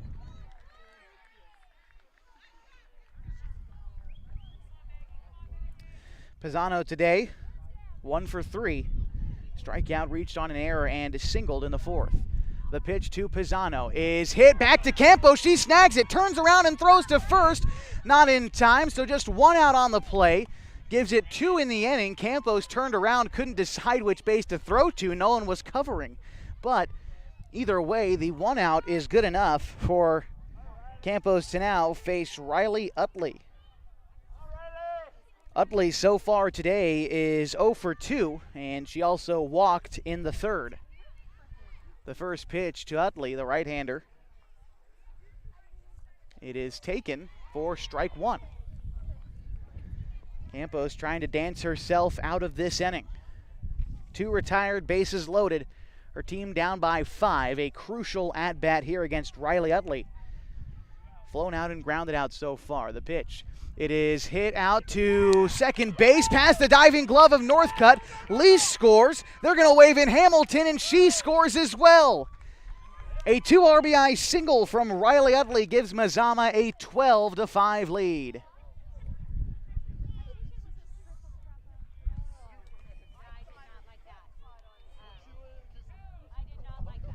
Lease scored, Hamilton scored, and Davis advanced to 3rd. Now it's Cambria Meyer to hit for the Vikings, who've scored 2 in this inning. Last one is a ground ball past the diving glove of Northcutt. And that was into right field. The single for Utley gives her 2 more RBIs on the afternoon, 3 for Riley Utley today. Cambria Meyer to bat with 2 runners in scoring position and 2 outs. Foul ball. Count 0-2 to Utley, to Meyer. She's walked twice today and flew out 0 for 1 this afternoon.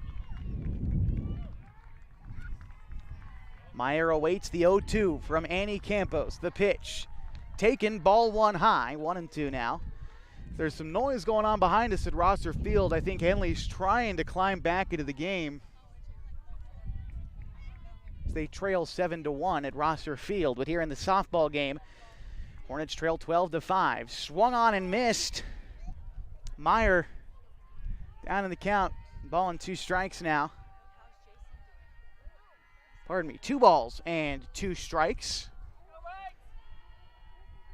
On deck, if she gets a chance, is Ella Bailey. The 2-2 looked at, strike 3 called, and Campos gets out of the inning, leaving 2 on for Mazama, but the Vikings also score 2 off the bat of Riley Utley. 4 base hits this inning for Mazama give them a 12-5 lead as we head to the bottom half of the 5th on 104.3 and 60 Sports with HDVinMyBasin.com. Hi there, it's Les Schwab Tires, reminding you that changing seasons can mean changing road conditions. Introducing the brand new Backcountry AT2 for a quieter ride with improved performance in wet conditions. Because when it comes to keeping your family safe, the right tires help you feel prepared for anything. Seriously, anything. Now save up to $130 when you buy Quatrac tires with financing. Les Schwab Tires, doing the right thing since 1952.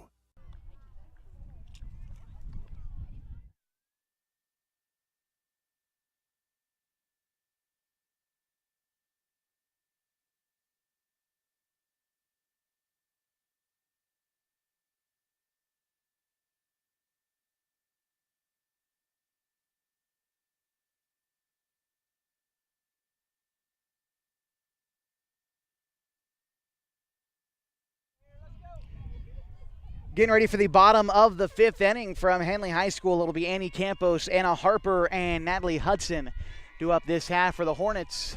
They find themselves down 7. 12-5, Mazama leads. The Vikings hold on to this 7-run lead. They will pull even with the Hornets in the Skyline Conference. There's the pitch to Campos. It misses. Count now 2-0 to the sophomore from Henley. She's the starting pitcher today, is Campos. And tripled in the second, grounded into a double play in the third. The 2-0 on the way. Taken outside, 3-0 to Annie. Just need to get on base. You can't get back a 7-run lead on one swing of the bat. You got to chip away in these final 3 innings, as Campos aboard on a 4-pitch walk. Brings up Anna Harper. For Davis today, not too many walks given up. In fact, that just the second 4-pitch walk, or base on balls, I should say. She's hit a batter. That was Cernowski back in the 4th, but just the second walk given up by Davis today brings up Anna Harper, who is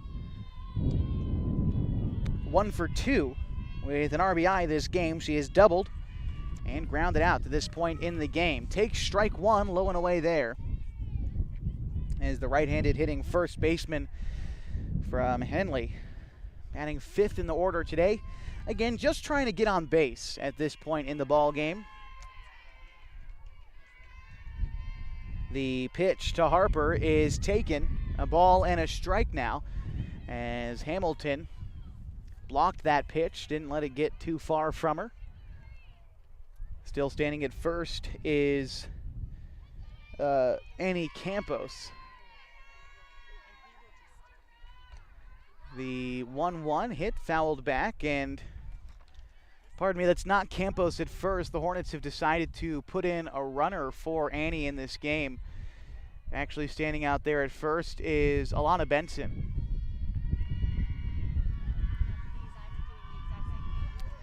Harper awaiting the 1-2. It is going to miss now. 2-2 to Anna Harper. And again, Benson on first, running for the pitcher Campos.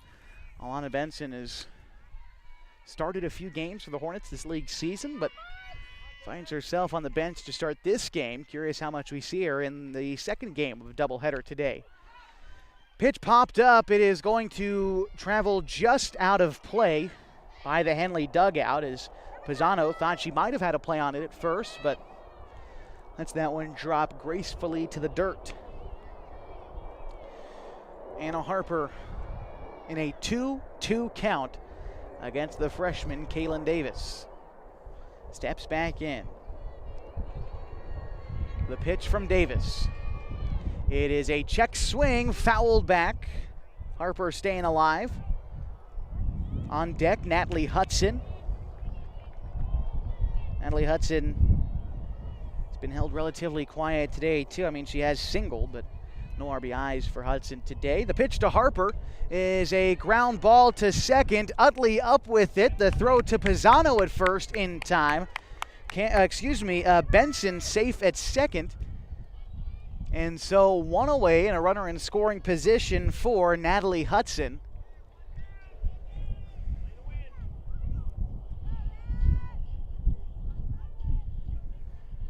Hudson today grounded out in the third. Singled, came around to score in the second. The pitch to Hudson. Taken. Strike 1 on the outside corner of the plate. Right-handed hitting left fielder for Henley. Hudson also really the only other pitcher that the Hornets have other than Annie Campos if she gets an opportunity today. The 0-1 on the way to Hudson, swung on and fouled back. 0-2. Or excuse me, 1-1.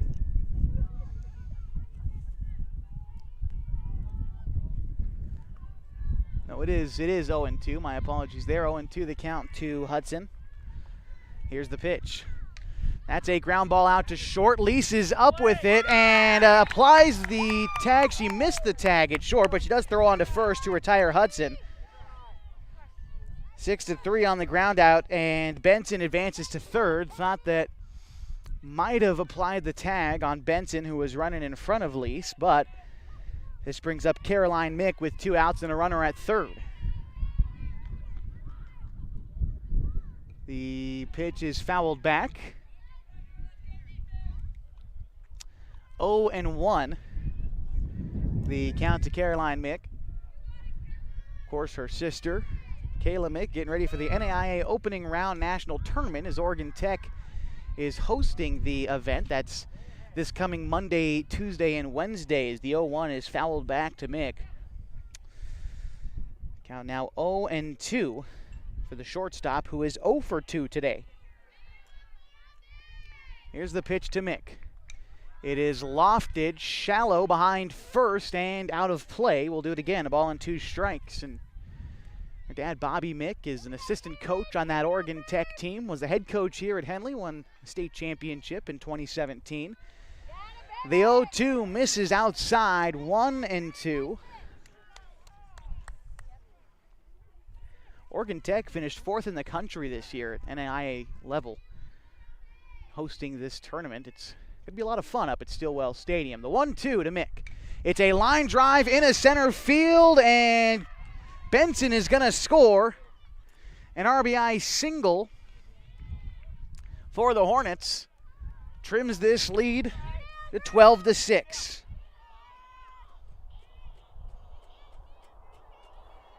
Ashland Cernowski steps in now. Cernowski with a big 2-run home run in the second inning. Was also hit by a pitch in the 4th. First pitch to her misses. 1-0. By the way, I bring up Oregon Tech because we will carry the broadcast on this station, 104.3 and 960 Sports. As the pitch misses wide, 2-0.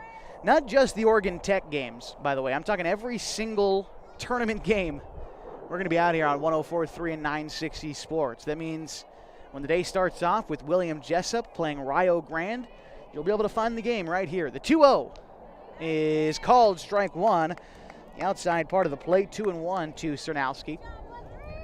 There's going to be 2 games on Monday, 3 games on Tuesday, and then the championship deciders on Wednesday next week at Stillwell Stadium. The 2-1 is taken low, 3-1 as we reset things for you in this contest. Mazama leads 12-6 in the bottom of the 5th inning over Henley. Hornets have a runner on first with 2 outs and a 3-1 count to Cernowski. The pitch is hit on the ground to second. Utley up with it. Chooses the easy route, tosses it on to Lease at second to retire the side. The Hornets score 1 in the inning on 1 base hit. They leave 1 stranded. They trail 12-6 to Mazama as we go to the top of the 6th on 104.3 and 9 Sports with HD video on mybasin.com. On Top Tree Services have one of the highest buckets in town. No job too small, no tree too tall. Operating since 2017, this crew's ready for your land clearing, tree removal, tree trimming, stump grinding, and fire prevention. On Top Tree Services offers same-day estimates. I can't mention this enough. If a tree falls on your house or vehicle, they offer a 24/7 emergency tree or limb removal. Give them a call today at 541-882-8707. On Top Tree Services, fast, easy, and reliable. CCB 216014.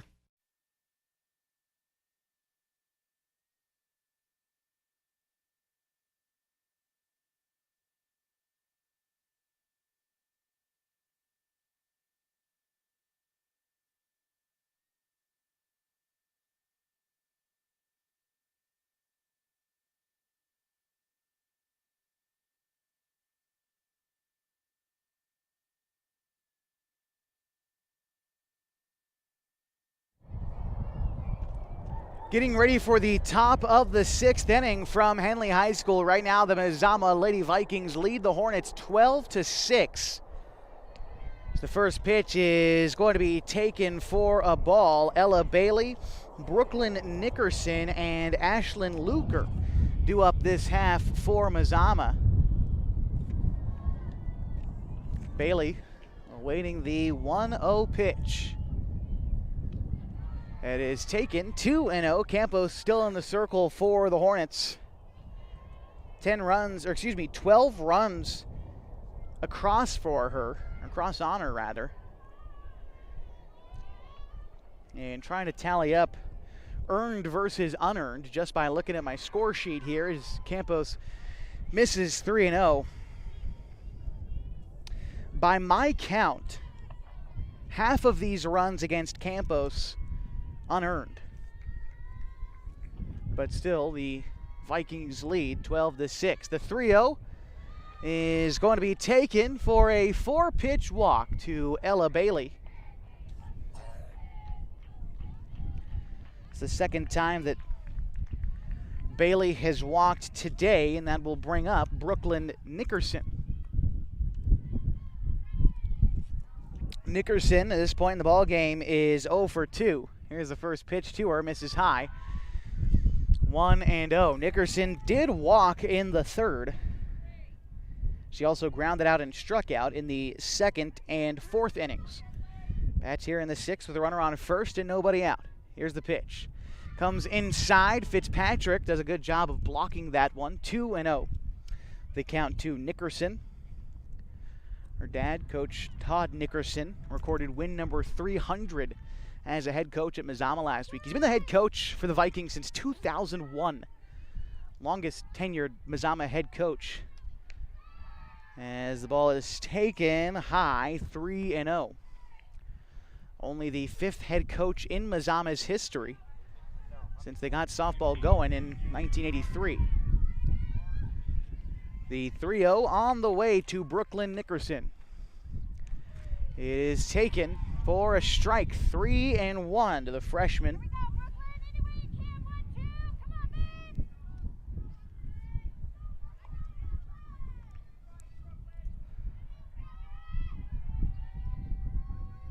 The pitch from Campos will be called strike 2. Look to be at the letters for Nickerson. I'm sure she'd like to lower that a little bit for it to be called a strike. Regardless, Campos has battled back. Count now full to Nickerson. The pitch swung on and missed. Drop third, strike. Taken off for second is Bailey.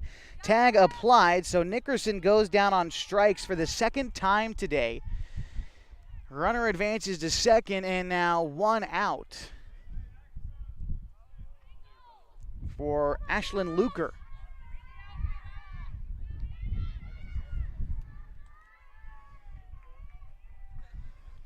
The pitch to Luker is going to be taken high, 1-0. Luker today has flown out in the 2nd. Reached on a fielder's choice in the 3rd, singled in the 5th. A chance now with a runner at second to try to extend this lead. The pitch from Campos is hit in the air to second base. Northcutt there to make the catch for the 2nd out. Top of the Mazama order now, Kennedy Lease stepping in. This is Kennedy's 5th plate appearance today, a couple of doubles and 3 RBIs. He's also reached on an error and walked this game. The first pitch swung on and missed to Lease, 0-1. The runner at second is Ella Bailey.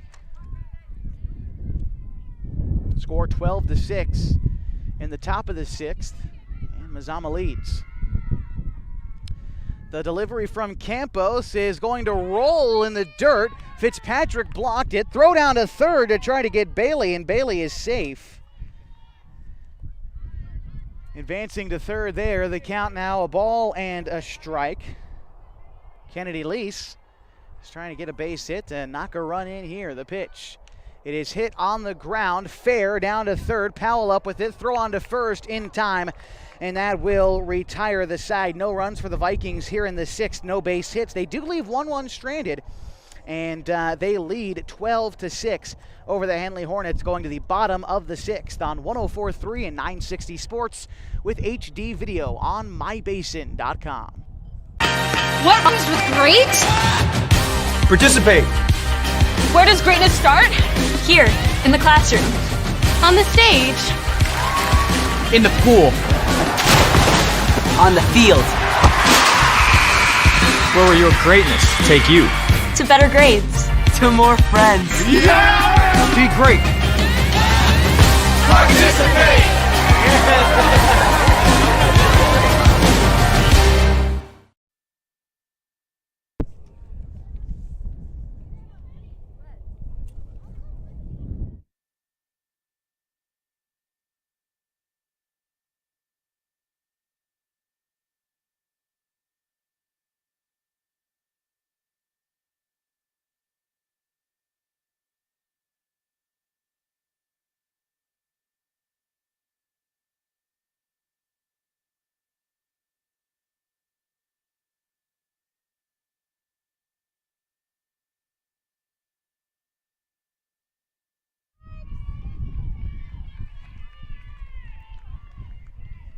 In the bottom of the 6th inning, it's going to be Maddie Moore, Malia Mick, and Elizabeth Powell for the Hornets. The first pitch to Moore is taken for a strike.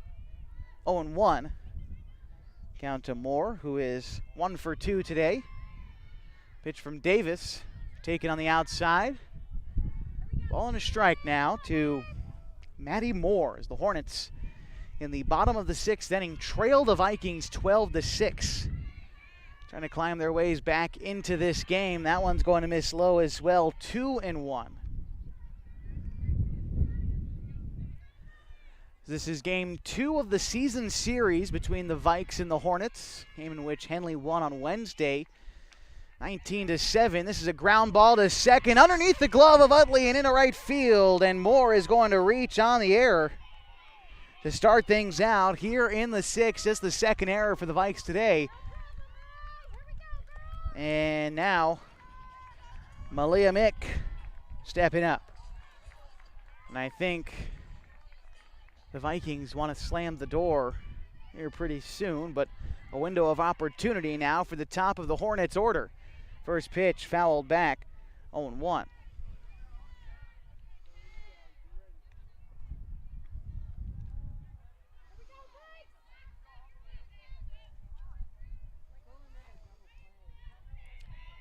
Mick today is 1 for 3, is struck out, reached on an error.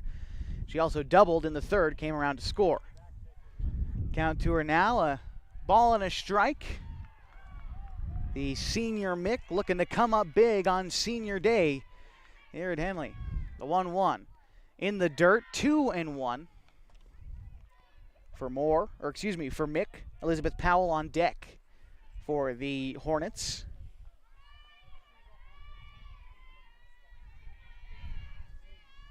Davis coming set, kicks, delivers a fly ball to left field, foul.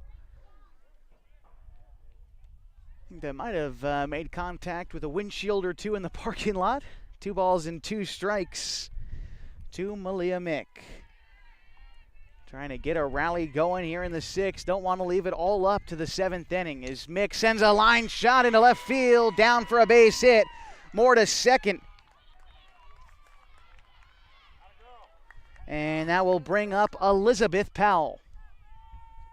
Runners at first and second for the Hornets, and Powell, who has got an RBI today. She has also flown out and struck out, but that RBI came on a single in the 3rd for Powell. Trying to come up and get on base. Again, I said it last inning, you can't come back 6 runs with 1 swing of the bat, but you can get them on, get them over, and get them in. And right now, that's what the Hornets are hoping for, as Elizabeth Powell sends a fly ball into right field. It's going to one-hop the fence. Moore is going to score. They're waving Mick to 3rd, and she will stay put there. And an RBI double for Elizabeth Powell is exactly what the Hornets need here in the 6th. Score now 12-7. Hornets are still trailing as Coach Nickerson comes out of the dugout to have a chat with the infield, as the double from Powell gives her her second RBI of the day. Mick advanced to third, and this will bring up Lily Fitzpatrick. It's a fine time to remind you that if you want to stay in shape and be involved in a sport you love, you can earn some money in the process by becoming an athletic official. There's a shortage of officials in all sports in the state of Oregon, and we need you now more than ever. You can visit osaa.org/officials for more information and to get started. 2 runners in scoring position for Lily Fitzpatrick. The first pitch to her is a ground ball to third. Up with it is Bailey. The throw takes Pisano off the bag, and they apply the tag to get Fitzpatrick. 1 away. As Fitzpatrick grounded out there, will bring up Annie Campos. Campos, so far today, tripled, grounded into a double play, and has walked to this point in the game. The first pitch to Campos is looked at, bounces in the dirt. 1-0. The count to Campos. On deck is Anna Harper, but Annie, the pitcher, trying to help out her own cause here. The pitch is taken low and away, 2-0. Hornets trail by 5, 12-7 in the bottom of the 6th inning. Mazama wins, they will pull even with Henley in the Skyline Conference. A fly ball to right will end up foul. 2-1 to Annie.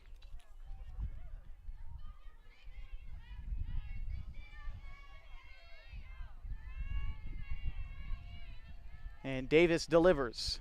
Taken in the zone. 2-2. The count to Campos. Davis trying to keep this lead intact. The freshman pitcher has done a fine job this afternoon.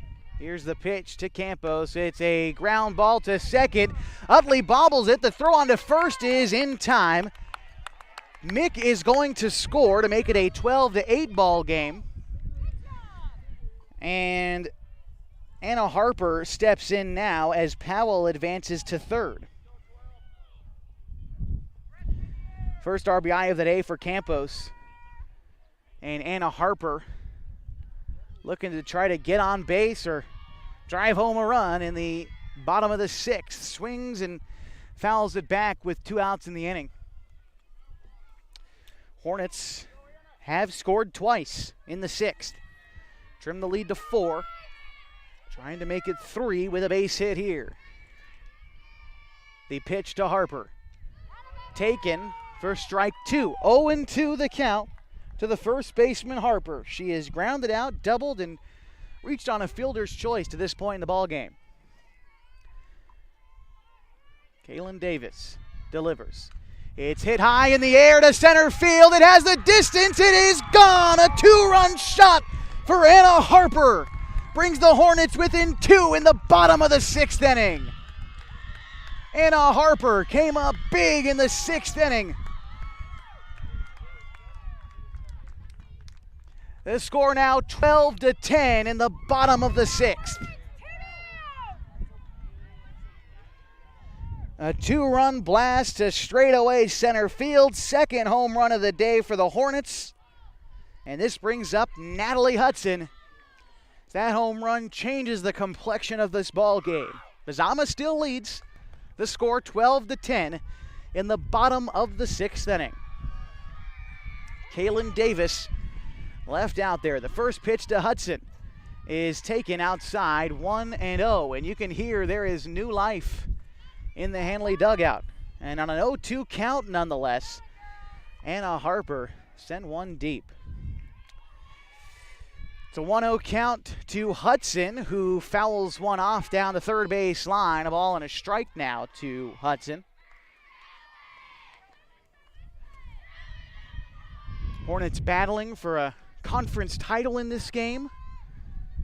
I'm sure they're also hoping to extend their conference winning streak to 90 But to do that, you've got to come back all the way. A ground ball is going to get into center field, and a base hit for Hudson. Takes a big round around first, but stays there. A 2-out single brings up Caroline Mick.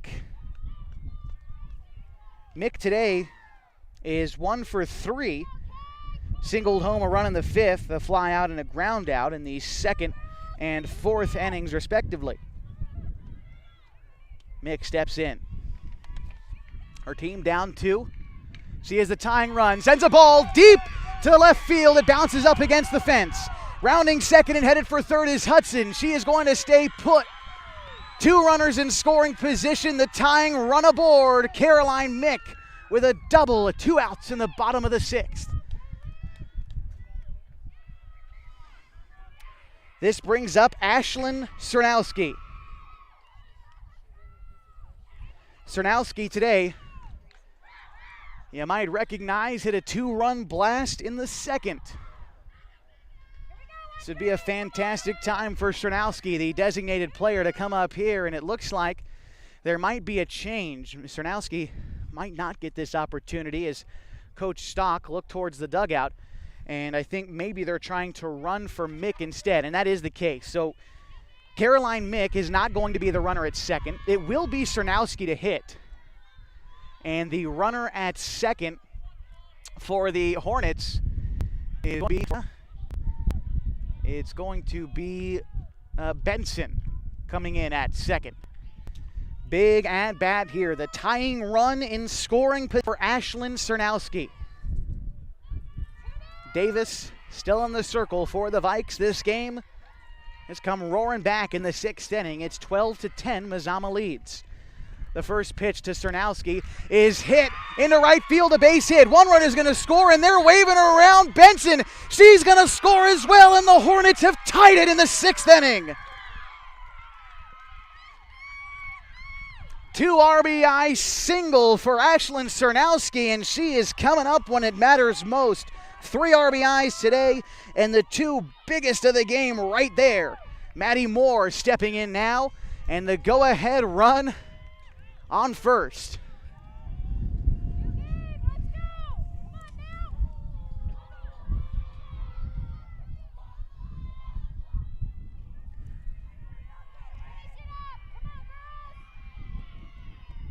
Six runs this inning for the Hornets to tie this game, and they're looking for more. First pitch called a ball to Maddie Moore, who started this inning off by reaching on the air. This one rolls to the backstop, and advancing to second is Cernowski. 2-0 the count for Maddie Moore.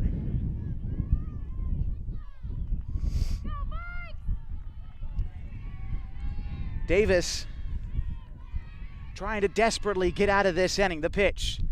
It is taken. Strike 1 called on the outside part of the plate. 2 balls and a strike.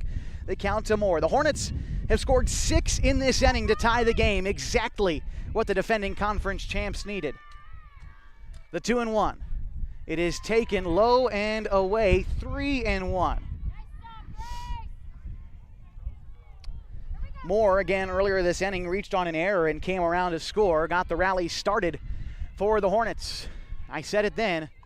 I'll say it now. Mazama has left the door open for Henley. A fly ball to right field will get fair. Rounding third and headed for home is Cernowski, and the Hornets have taken a lead in the 6th inning. They're up 13-12 over Mazama. The Vikings have watched their lead evaporate here in the 6th inning. And this will prompt a visit to the circle from Coach Todd Nickerson.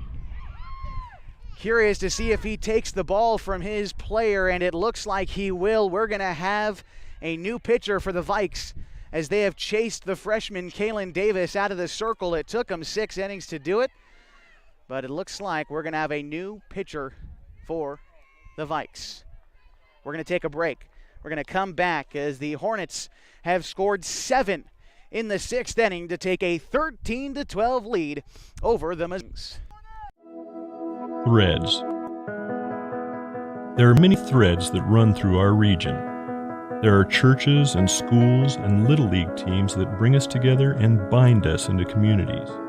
There are roads and cars, there are houses and jobs and businesses, all woven together to make the fabric of our communities. There are financial threads that are part of that tapestry as well. For over 80 years, it's been our pleasure to be headquartered here, providing financial services to generations of our friends and neighbors. From that first savings account, the retirement planning, and all of the cars and houses and groceries in between, we keep your money local, investing it back into our communities, adding more threads to the fabric to make our communities stronger. Well, it's going to be Kennedy Lease in the circle for Mazama as we jump back into things in the 6th. Henley has stormed back in this inning. Her first assignment out of the bullpen is Malia Mick. And Mick ahead in the count 2-0, make it 3-0. The count is Kennedy Lease again coming in relief of Kalyn Davis. What an inning for the Hornets this has been. One more waiting out there at second. The pitch to Mick is outside and a walk. Runners at first and second. Elizabeth Powell steps in. 7 runs have scored for the Hornets, 2 off a 2-run homer from Anna Harper.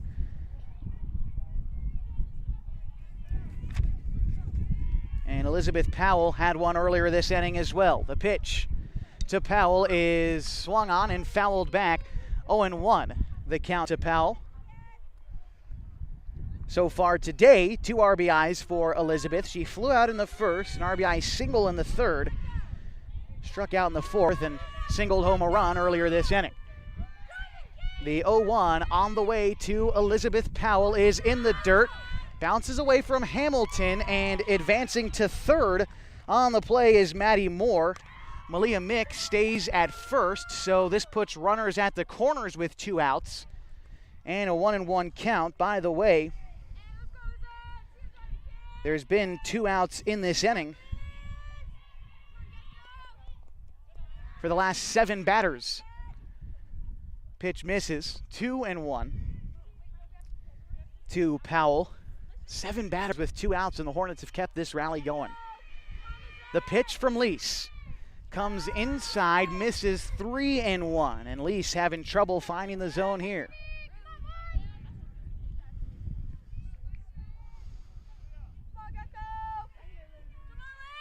Here's the pitch from Lease.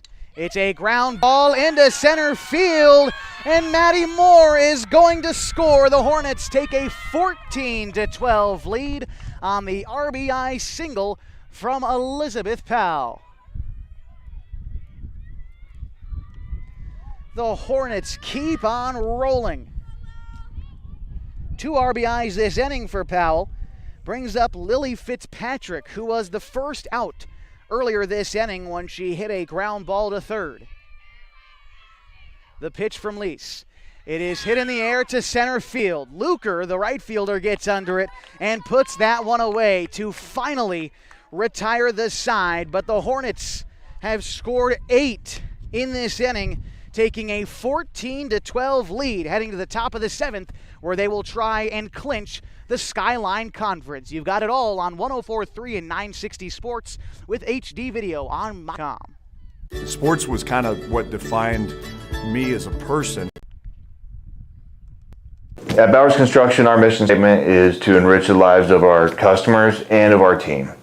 So we're trying to be the best construction company that we can be by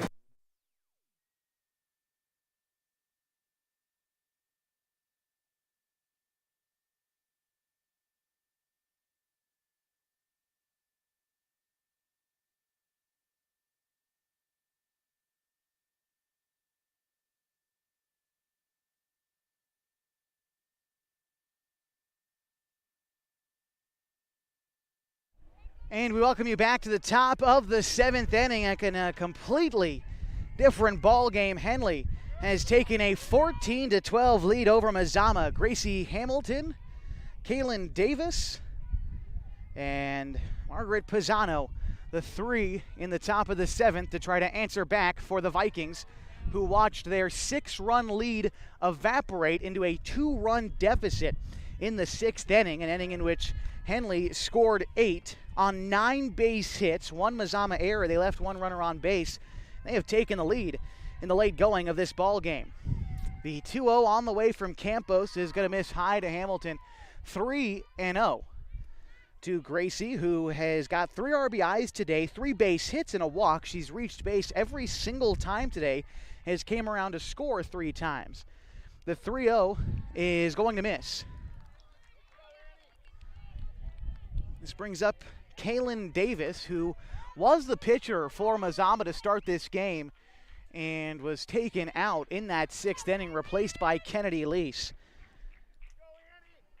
As Annie Campos tries to grab victory from the jaws of defeat here in the 7th inning. The pitch to Davis is fouled back. 0-1. And that's really how this game has gone. Henley has trailed this entire ball game until the 6th inning. The pitch to Davis is taken, ball 1. Count now even with nobody out and a runner on first in Gracie Hamilton. The tying run at the plate, it's Davis. The pitch is hit to short and past the shortstop into center field. And a base hit for Davis moves Hamilton to second. The tying run aboard for Margaret Pisano. And even though the Hornets came storming back in the 6th, they still have to get the final 3 outs of the game. Pisano today is 1 for 4. Swings and misses at strike 1. 0-1. Again, nobody out in this inning. And this for the Skyline Conference Championship if Henley holds on. The 0-1 on the way to Pisano. It is looked at, strike 2 on the outside corner of the plate. 0-2 the count to Pisano. Today, 2 RBI for Pisano. Reached on an error. Get those 2 RBIs in the 2nd. The pitch. It is going to miss inside. Fine job by Fitzpatrick to stay in front of that one. Ball and 2 strikes. Lily Fitzpatrick, the catcher for Henley, has worked very hard this afternoon. The pitch on the way to Pisano. It is hit in the air to center field. Going back is Malia Mick. She will make the catch. Tagging from second is Hamilton, sliding into third safely. 1 away in the inning. Now runners at the corners.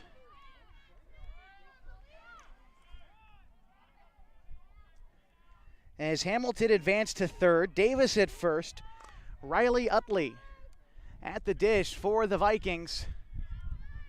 A base hit into the gap could tie it as the Mazama outfield comes in just a couple of steps against Utley, who's showing bunt. Utley today, 3 RBIs. The pitch. It's a ground ball foul fielded by Coach Nickerson. Quick hands in the third base box.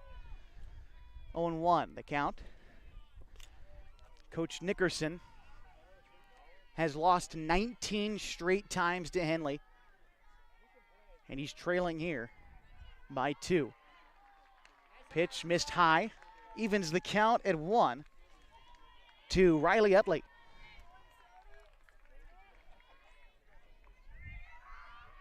Utley has 1 base hit in the game. Shows bunt, pulls back, pitch misses, blocked by Fitzpatrick. 2 balls and a strike to count to Utley. Cambria Meyer on deck. It's been an incredible game so far. 14-12 the score. Henley leads in the top of the 7th inning. The pitch to Utley. She takes a called strike 2. Evens the count at 2 with 1 away. And Hamilton at third. Davis, the tying run, standing at first. The go-ahead run Utley at the plate. Campos still in the circle for Henley. The pitch.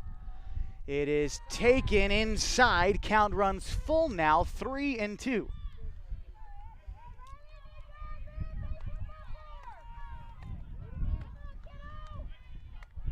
Campos trying to dig deep here. The full count pitch.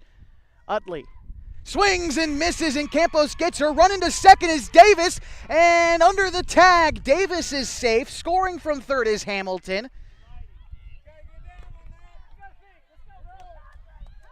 And so, with 2 away, a runner at second, the score 14-13 as Hamilton scores. Davis stands at second. It was a strikeout to Utley, and in steps Cambria Meyer, the final hope for Mazama. First pitch missed outside, 1-0, and a base hit could tie it. As Meyer is the go-ahead run, tying run, Davis stands at second. Count 1-0. The pitch from Campos. It is hit on the ground to second base. Northcutt, the throw to first, and the Henley Hornets are your 2022 Skyline Conference champions, and they win in incredible fashion. An 8-run 6th inning propels the Hornets to a 14-13 victory and 90 straight wins in conference play. The Hornets are ready for Game 2 in about a half hour. We're going to take a break. We're going to come back. We'll recap this game for you, and we're going to get ready for Game 2 on 104.3 and 960 Sports. On top. And we're back on 104.3 and 960 Sports. Final score from Henley High School in Game 1 of a doubleheader this afternoon. The Henley Hornets grabbing victory from the jaws of defeat this afternoon, taking one from the Vikings 14-13. Finals this afternoon, 13 runs for Mazama on 10 hits, 3 errors for the Vikings. And Mazama today left 5, 6, 7, 8, 9, 10, 11 runners on base this afternoon. For the Hornets, 14 runs on 15 hits. The Hornets did commit 4 errors, and they left 6 runners on base this afternoon. The winning pitcher is Annie Campos. Campos tossed 7 innings, 13 runs against her. Only 6 of them earned, 10 hits, 6 walks, and 5 strikeouts. 6 earned runs, 13 given up. Campos will likely get the ball in Game 2. See if her defense can help her out a bit more in that second game. The losing pitcher today is Kalyn Davis. She pitched 6 2/3 innings, 14 runs, 12 of them earned, 14 hits, and 2 walks, 2 strikeouts for Davis. Kennedy Lease came in relief of the Mazama freshman, pitched a third of an inning, gave up a run, and did not allow any hits she did not give up a run. She gave up a base hit, no walks or strikeouts for Kennedy in her 1/3 of an inning pitched. Some offensive standouts today. Elizabeth Powell had a fantastic 3 RBIs on a 3-for-5 afternoon, and that's before we even get to Anna Harper, who finished with 3 RBIs today on a 2-for-4 ball game. Of course, that big 2-run blast in the 6th inning helped the Hornets come back by 8 in that inning and win this ball game. You also had a 2-run blast from Ashland Cernowski, who finished the day with 4 RBIs in a 2-for-3 appearance. The Henley Hornets are your 2022 Skyline Conference champions. They have won 90 straight league contests. We'll tell you what all this means and when we return on the postgame show on 104.3 and 960 Sports. We've got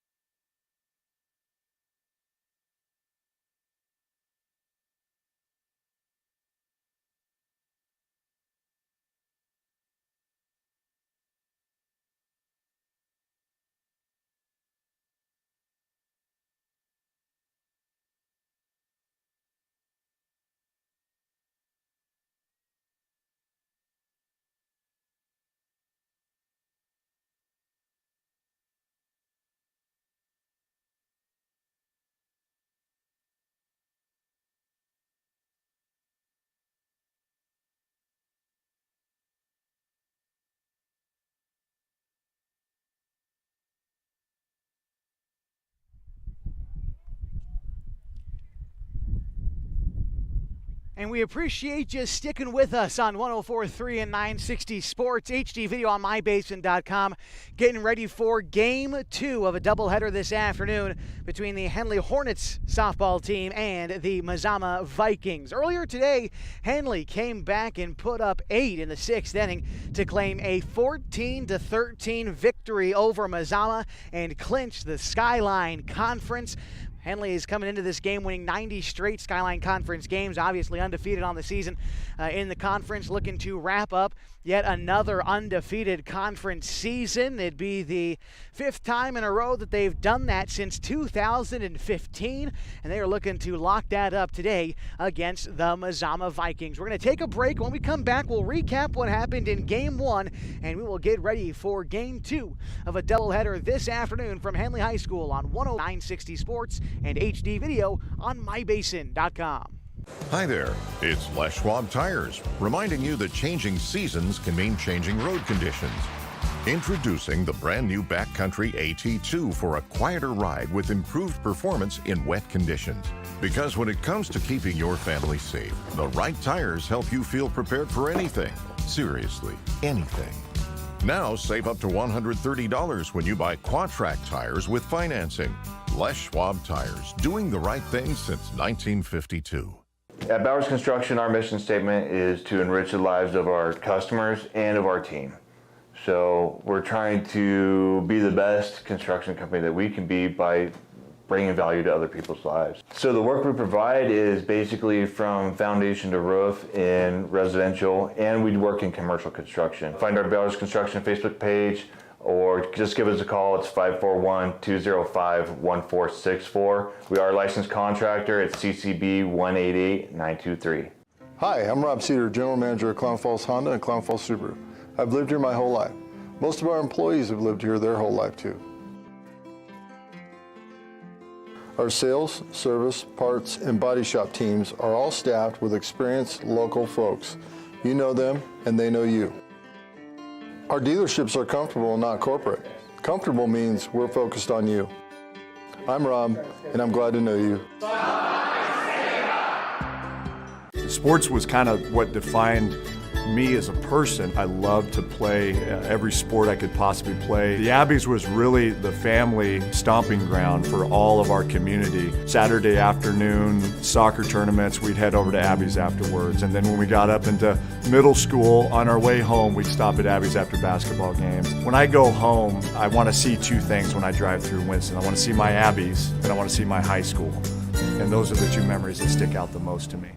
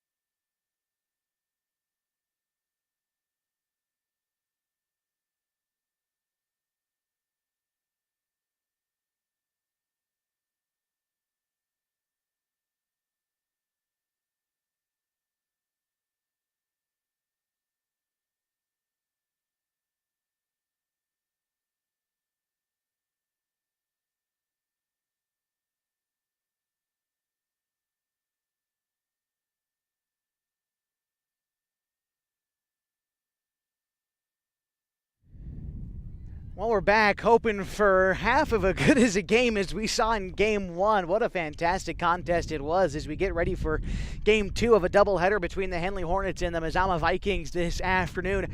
Game 1 saw MAZAMA jump out to an early 2-0 lead. They held on to that lead and extended it to a 12-6 lead until the 6th inning. And in the bottom of the 6th inning, the Hornets decided that they were not going to lose this ball game, and they ripped off 9 hits in the sixth inning, turning into 8 runs to put them up 14-12. Mazama tried to answer back in the top half of the 7th. They plated 1, but fell just short of the Henley Hornets on their way to a Skyline Conference champion for the 6th year in a row. The Hornets winning that one 14-13. So for this game, different goals for each team, I think. The Hornets have already earned an automatic qualifier into the state playoffs. They will likely get a home playoff game now in the 16-team playoff. They await the results of the play-in games, which Mazama will likely have to play in. Now, if the Vikings are able to scrape together a win in the finale of the season, they could squeak into the automatic qualifiers for the state playoffs, because the 6 league champions make it and 2 more at-large teams make it.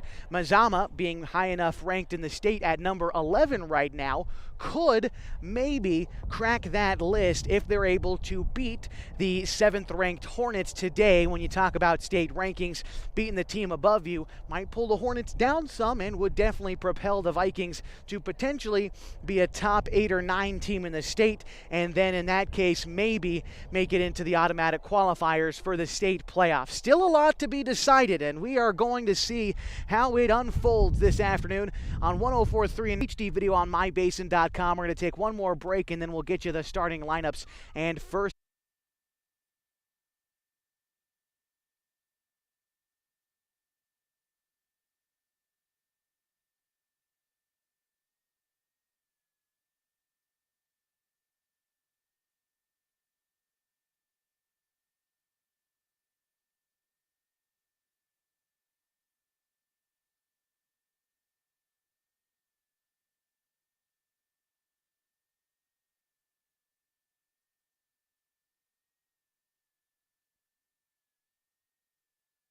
we're just about ready for softball this afternoon on 104.3 and 960 Sports, HD video on mybasin.com. The Hornets have taken the field, and they have a lineup that goes for Mazama is Gracie Hamilton. That's the pitcher and catcher duo for Mazama, followed by Kalyn Davis.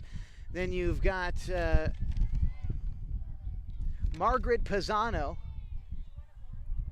for the Vikings, as the first pitch to Lease is going to be fouled back. The count 0-1 to Lease. Pisano is starting at third base for the Vikings. After that, it is Riley Utley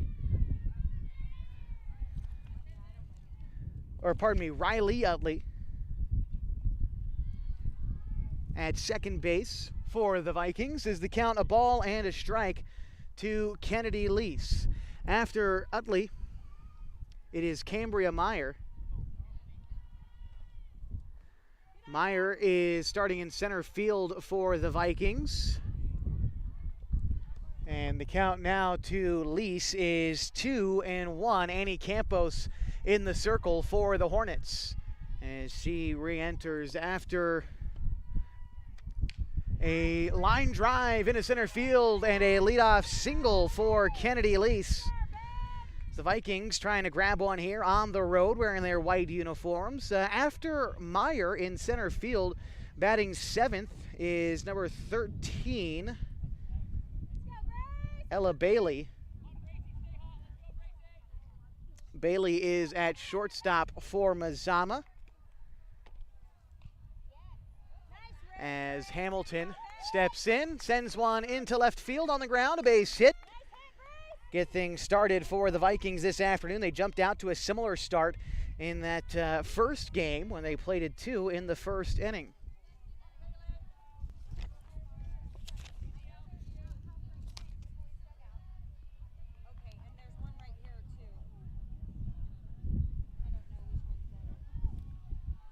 Standing in now is Kalyn Davis for Mazama.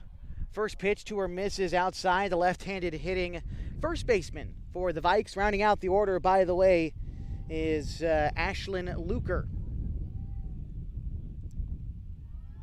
Luker is starting in right field for the Vikes.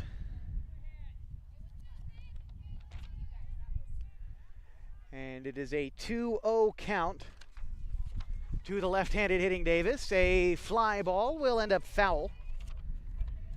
Count now 2-1. Runners at first and second as Lee stands at second. Hamilton aboard at first. Pair of singles against Campos to get things started today for the Vikings. So again, this is game 2 of a doubleheader from Henley today. The pitch is swung on and missed. 2 balls and 2 strikes now to Davis.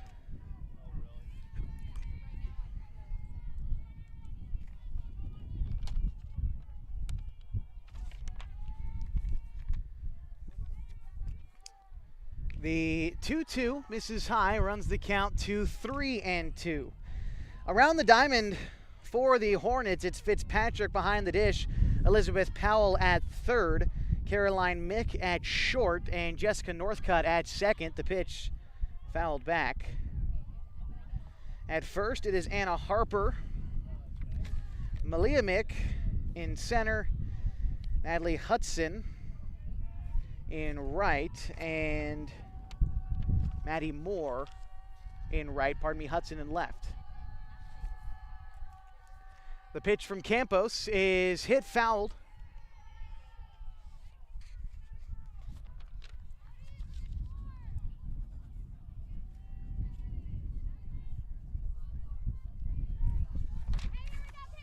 The left-handed hitter Kalyn Davis was the starting pitcher for Mazama in game 1 earlier today. Gave up all 14 runs, and 12 of them earned against her. The freshman looking to do it with her bat here. She lifts the 3-2 pitch, foul. So we'll do it again. Still nobody out in the top of the first inning. Henley has already taken the season series against Mazama. They have secured the league championship. As the full count pitch from Annie Campos on the way to Davis. It is fouled back. Davis doing a fine job of staying alive. The third batter in this order.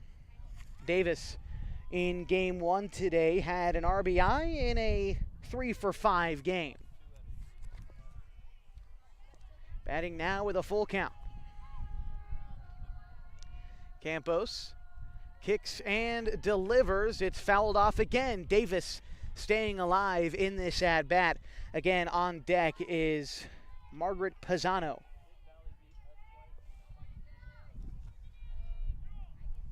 Standing on first, it's Hamilton. Lisa at second. Each of those ladies got on with the pair of singles to start this first inning.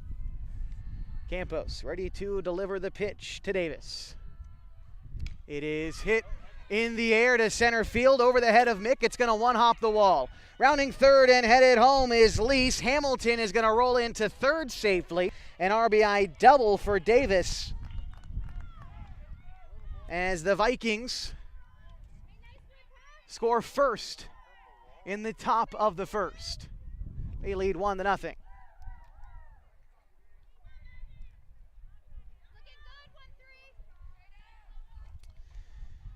Nobody out in the inning, and 2 runners in scoring position now as Lee scored, which moved Hamilton to third, Davis at second. First pitch to Pisano called strike 1. And Campos, while she did give up 13 runs in that game, only 7 of them earned against her, as I redid my math a little bit. 7 runs earned against Campos. That is a shot, and that is got out of here in a hurry. Margaret Pisano, a 2-run blast. A 3-run home run for Pisano has the Vikings up 4-0 over the Henley Hornets. That ball got out of here about as quick as it could. As that drove in Hamilton, it drove in Davis and Pisano in as well to make it a 4-0 ball game. And so now a fresh start in the first for Campos. She finds herself down 4 early, but a chance to get back into this inning and get her team back into the game. The first pitch to Riley Utley is going to miss. 1-0. Not the first inning that Campos expected to have after a pretty solid first game today. But Mazama's offense was clicking early in the game earlier today. started to patter off as the game went on. Eventually Mazama dropping the lead entirely in that game, but now up 4-0 in a game that, if they win, could propel them to an immediate berth into the state playoffs.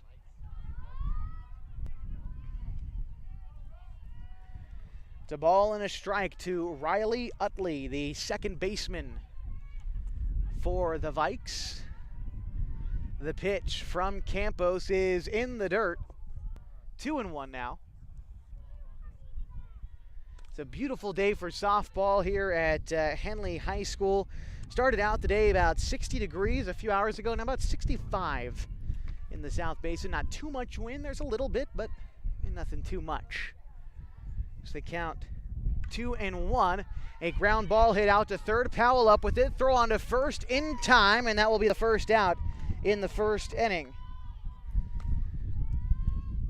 As Utley grounds out to bring up Cambria Meyer. Meyer, the center fielder for the Vikes.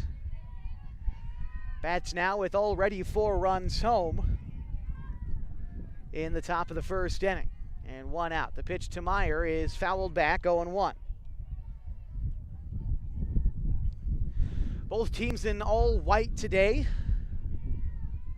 Bit of an interesting choice. I'm thinking it's probably not coordinated between the teams. In fact, Mazama held a vote before the game if they wanted to wear their white uniforms or their blue uniforms, and they chose white. So here we are. The 0-1 on the way to Meyer is taken. Strike 2.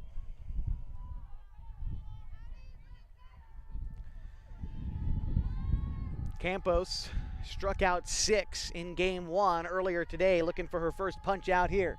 The 0-2. It is hit in the air behind first base and foul. Count remains 0-2 to Cambria Meyer.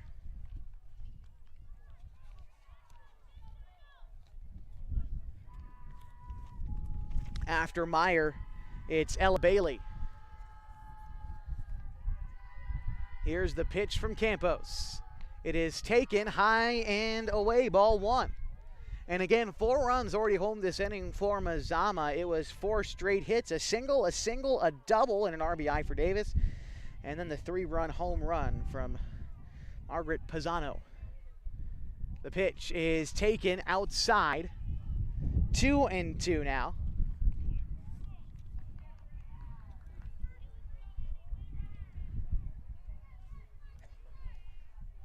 Campos has already thrown so many pitches today, you wonder how her body and her arm are not exhausted, but the sophomore toes the rubber once more. The pitch swung on and missed, and down goes Meyer for the first strikeout of this game for Campos. 2 away now in the top of the first.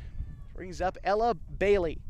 Bailey starting at shortstop today. Bailey didn't make too much noise in that first game, reached on base a couple times on a walk and a fielder's choice. She also struck out. First pitch to Bailey is taken inside for a strike, 0-1.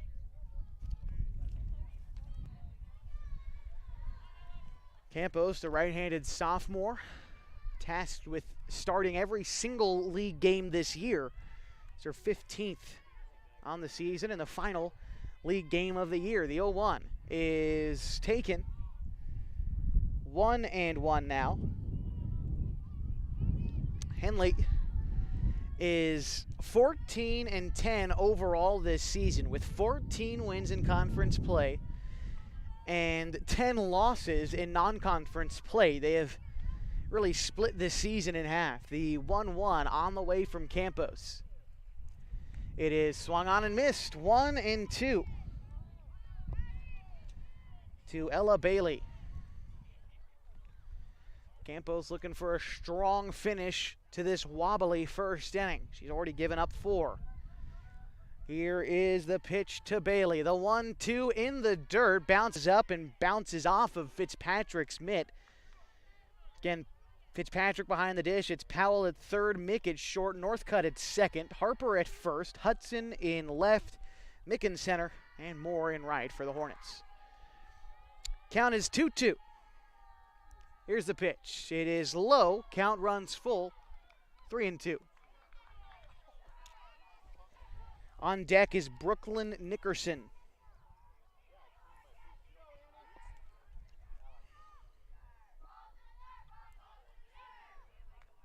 Campos ready to deliver. Here's the pitch. It is swung on and missed, and that will retire the side, but the Vikings do score 4 in the inning on 4 hits. No Henley errors and no Vikings left on base.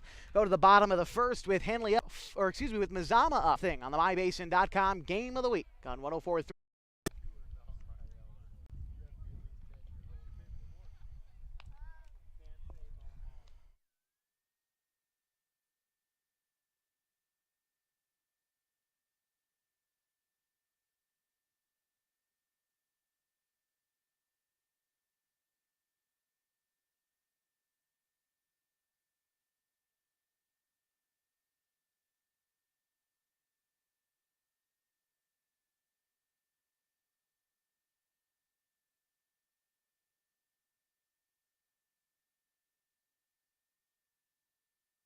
We're back on 104.3 and 960 Sports with HD video on MyBasin.com. Into the bottom of the first inning, Liam Mick leads things off for the Hornets. First pitch to Mick is taken outside, ball 1. Henley order goes like this. Millie Mick in center field and leading off, followed by the third baseman Elizabeth Powell batting second. Hitting third is the catcher, Lily Fitzpatrick, as the 1-0 is taken outside, strike 1. 1-1 to Mick. Annie Campos is the pitcher and bats fourth, followed by Anna Harper batting fifth. Hitting sixth is Natalie Hudson. Caroline Mick bats seventh. Ashland Cernowski is eighth, and Maddie Moore rounds out the order. The 1-1 misses outside to Mick. 2-1.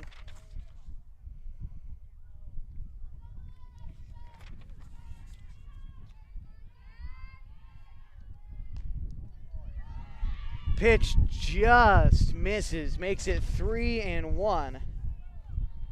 And we'll get you the defensive starters for Mazama in just a second. Pitch is fouled back, runs the count full. 3-2 to the leadoff hitter Mick as the Hornets try to answer back. They're already down 4-0 here in the first. Found themselves 2-0 down in the bottom of the first last game, a game in which they won 14-13. Pitch to Mick taken. Ball 4 misses outside. Mick is aboard with a leadoff walk.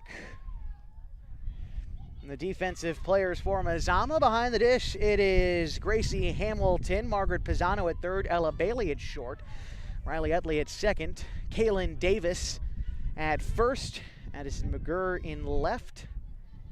In center, it is going to be Meyer. And in right, it is Luker for Mazama. As the first pitch to Powell is fouled back, 0-1.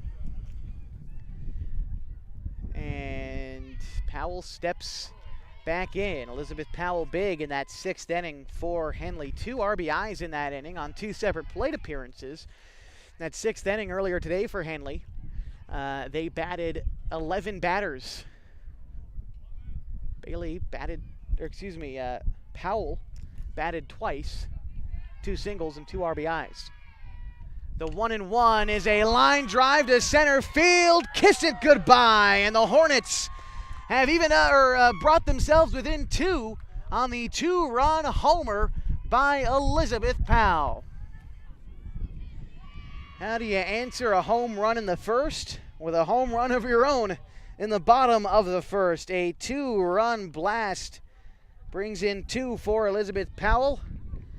And Lily Fitzpatrick bats now with nobody out in the bottom of the first. Kennedy Lease, the starting pitcher for Mazama in this second game of a doubleheader today. Kalyn Davis got the start in game 1, and Lease came in relief of her, just got the 1 quick out to get them out of the 6th inning. A breaking ball is going to miss outside to Fitzpatrick. Lily, the catcher, charges up a swing but decides to take that one. A ball and a strike to Fitzpatrick, who in game 1 didn't make too much of an impact. No base hits in that first game. This time a slow roller back up the middle. Lease tosses on to first for the first out. Brings up Annie Campos now with one away. Campos starting pitcher today and in game one. And he had an RBI, but aside from that triple in the second, when it got to crunch time, Annie was just a ground out victim in that sixth inning. The first pitch to Annie is taken for strike one on the outside corner. Fine day for baseball out here. You can tell by how many folks showed up. Mazama fans, Henley fans all around. The baseball game going on behind us. That game finished up a little while ago. I believe the final score was 10-2. Mazama won, but I've got to double check on that. A ball and a strike. 1 out to Annie Campos. And that one misses low, 2-1. And for Henley, was talking with Coach Brian Stock in his second season during the break. That pitch is popped foul. 2 balls and 2 strikes now to Campos. He's talking about his game one win earlier today where they put up 8 in the 6th inning to propel themselves to a 14-13 victory.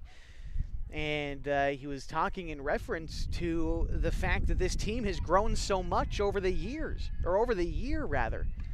As the 2-2 is fouled back. Henley lost their first 9 games of the season. They got out to an 0-9 start before entering league play. And he said, you know, it's a season's worth of preparation is that 6th inning.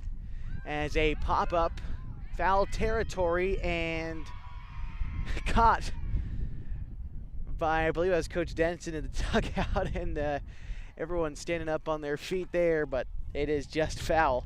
Still 2-2, and he was saying that earlier in the year they would not have won that game. But the season's worth of preparation for that 6th inning, he said, you know, I'm sitting here at third base knowing the probability, knowing the likelihood of us coming back to win this game. And he said the girls did not let that affect them at all. They did not care. They believed they were going to win that game. And they, of course, eventually did win that game, and with it, the Skyline Conference title. The 3-2 to Annie Campos is taken. She walks. Aboard now with 1 out, bringing up Anna Harper. Harper, in that first game, came up big. She hit a 2-run home run in that 6th inning. Helped the Hornets inch closer. And that was a big one for Henley. Harper now batting again, and another opportunity to try to help her team out here. As a stoppage of play, a fine time to remind you that this game is brought to you by Harbor Isles Tennis and Golf Club. Harbor Isles Tennis and Fitness have the most understanding personal trainers you could ask for to help you get motivated, and the workouts will make you feel accomplished. Check them out today, Harbor Isles Tennis and Fitness Club. The first pitch to Harper misses, 1-0. Harper, the right-handed first baseman, steps back in. The pitch hit on the ground, foul. A ball and a strike now to Anna. Again, it is senior day here at Henley. Anna Harper, not one of the graduating seniors, but the pitcher, Kennedy Lease for Mazama, is pitching her final game here at Henley High School. 4-year varsity starter for the softball team. A ball and a strike to Anna Harper. Here's the pitch. It is low. 2-1. Good job by Hamilton to block that one, not let it get too far away from her. Coach Stock, the third base coach and head coach for Henley, given a plethora of signs to the runner on first base, Campos. And the pitch to Harper. It is a line drive in right field. That is going to get down foul. So everyone return to your original spots. By the way, realizing that it is not Campos running over there on first. As a matter of fact, it is Jamie Whittaker running on first for Campos, who reached on a walk. Just Count 2-2 to Anna Harper. Kennedy Lease delivers, fouled back. Kennedy was a little bit surprised that she didn't get the nod in game 1 earlier today. That I think she's probably the ace of this Mazama staff, and remember watching her pitch a perfect game last year against Klamath Union.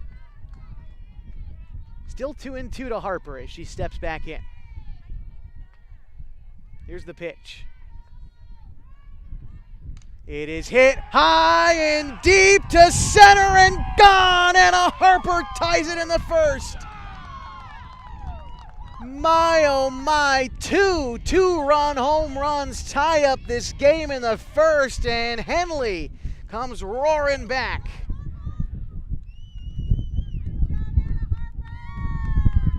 Four in the first inning. Two-run home runs. One off the bat of Elizabeth Powell and one more off of Anna Harper.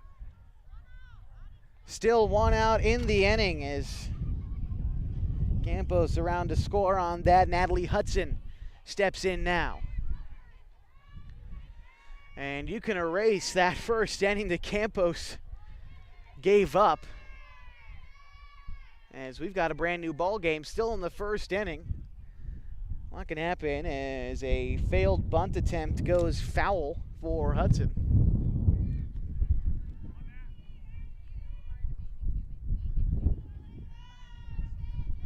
You can tell when these balls are gone right off the bat, too. They've got that extra jolt in them.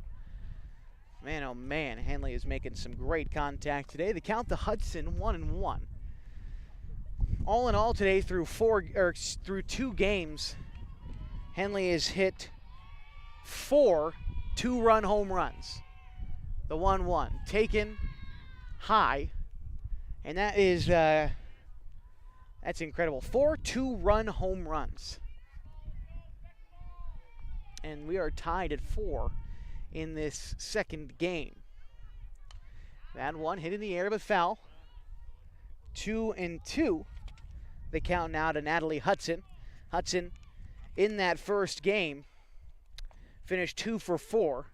Came around to score twice. No RBIs for her, though. The left fielder steps back in for the Hornets. The 2-2 on the way from Kennedy Lease. Swung on and missed.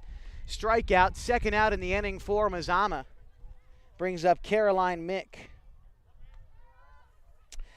Mick, the shortstop, getting her first crack at things in the second game of a doubleheader. Caroline had an RBI single in the 5th inning of game 1 and a double in that big 6th inning for Henley. Otherwise flew out and grounded out in that first game. Here's the pitch. It is taken high and away.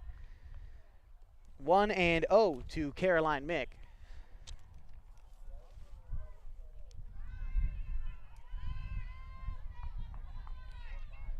Here's the pitch. It is hit out of play.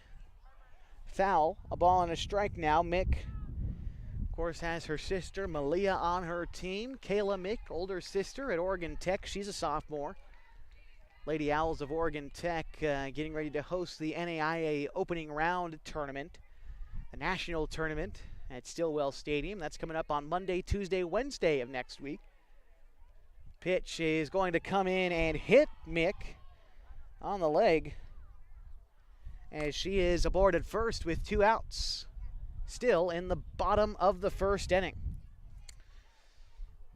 Ashland Cernowski to bat now as time is called, and Coach Nickerson out to visit with his team. Coach Nickerson is a 300-win coach. He reached his 300th win last week against Klamath Union.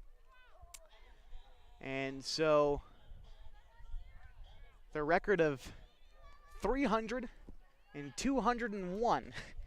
He has lost 20 straight games to the Hornets. Henley has won 90 straight conference games as Ashland Cernowski, the designated player, steps in. Cernowski has gone deep once today. That was in game 1 of a doubleheader earlier this afternoon. And see McGurr shaded quite a ways over here, the left fielder for Mazama. And it will be taken wide 2-0, the count to Cernowski. And if Cernowski can send one down the third base line, a good chance for the runner at first, Mick, to score. Here's the pitch. It is taken low, 2-0. Oh, pardon me, 3-0. Now to Cernowski. Pitch looked good, but must have been a little bit low to Ashland, who steps back in now. The pitch taken. That one is called a strike. 3-1.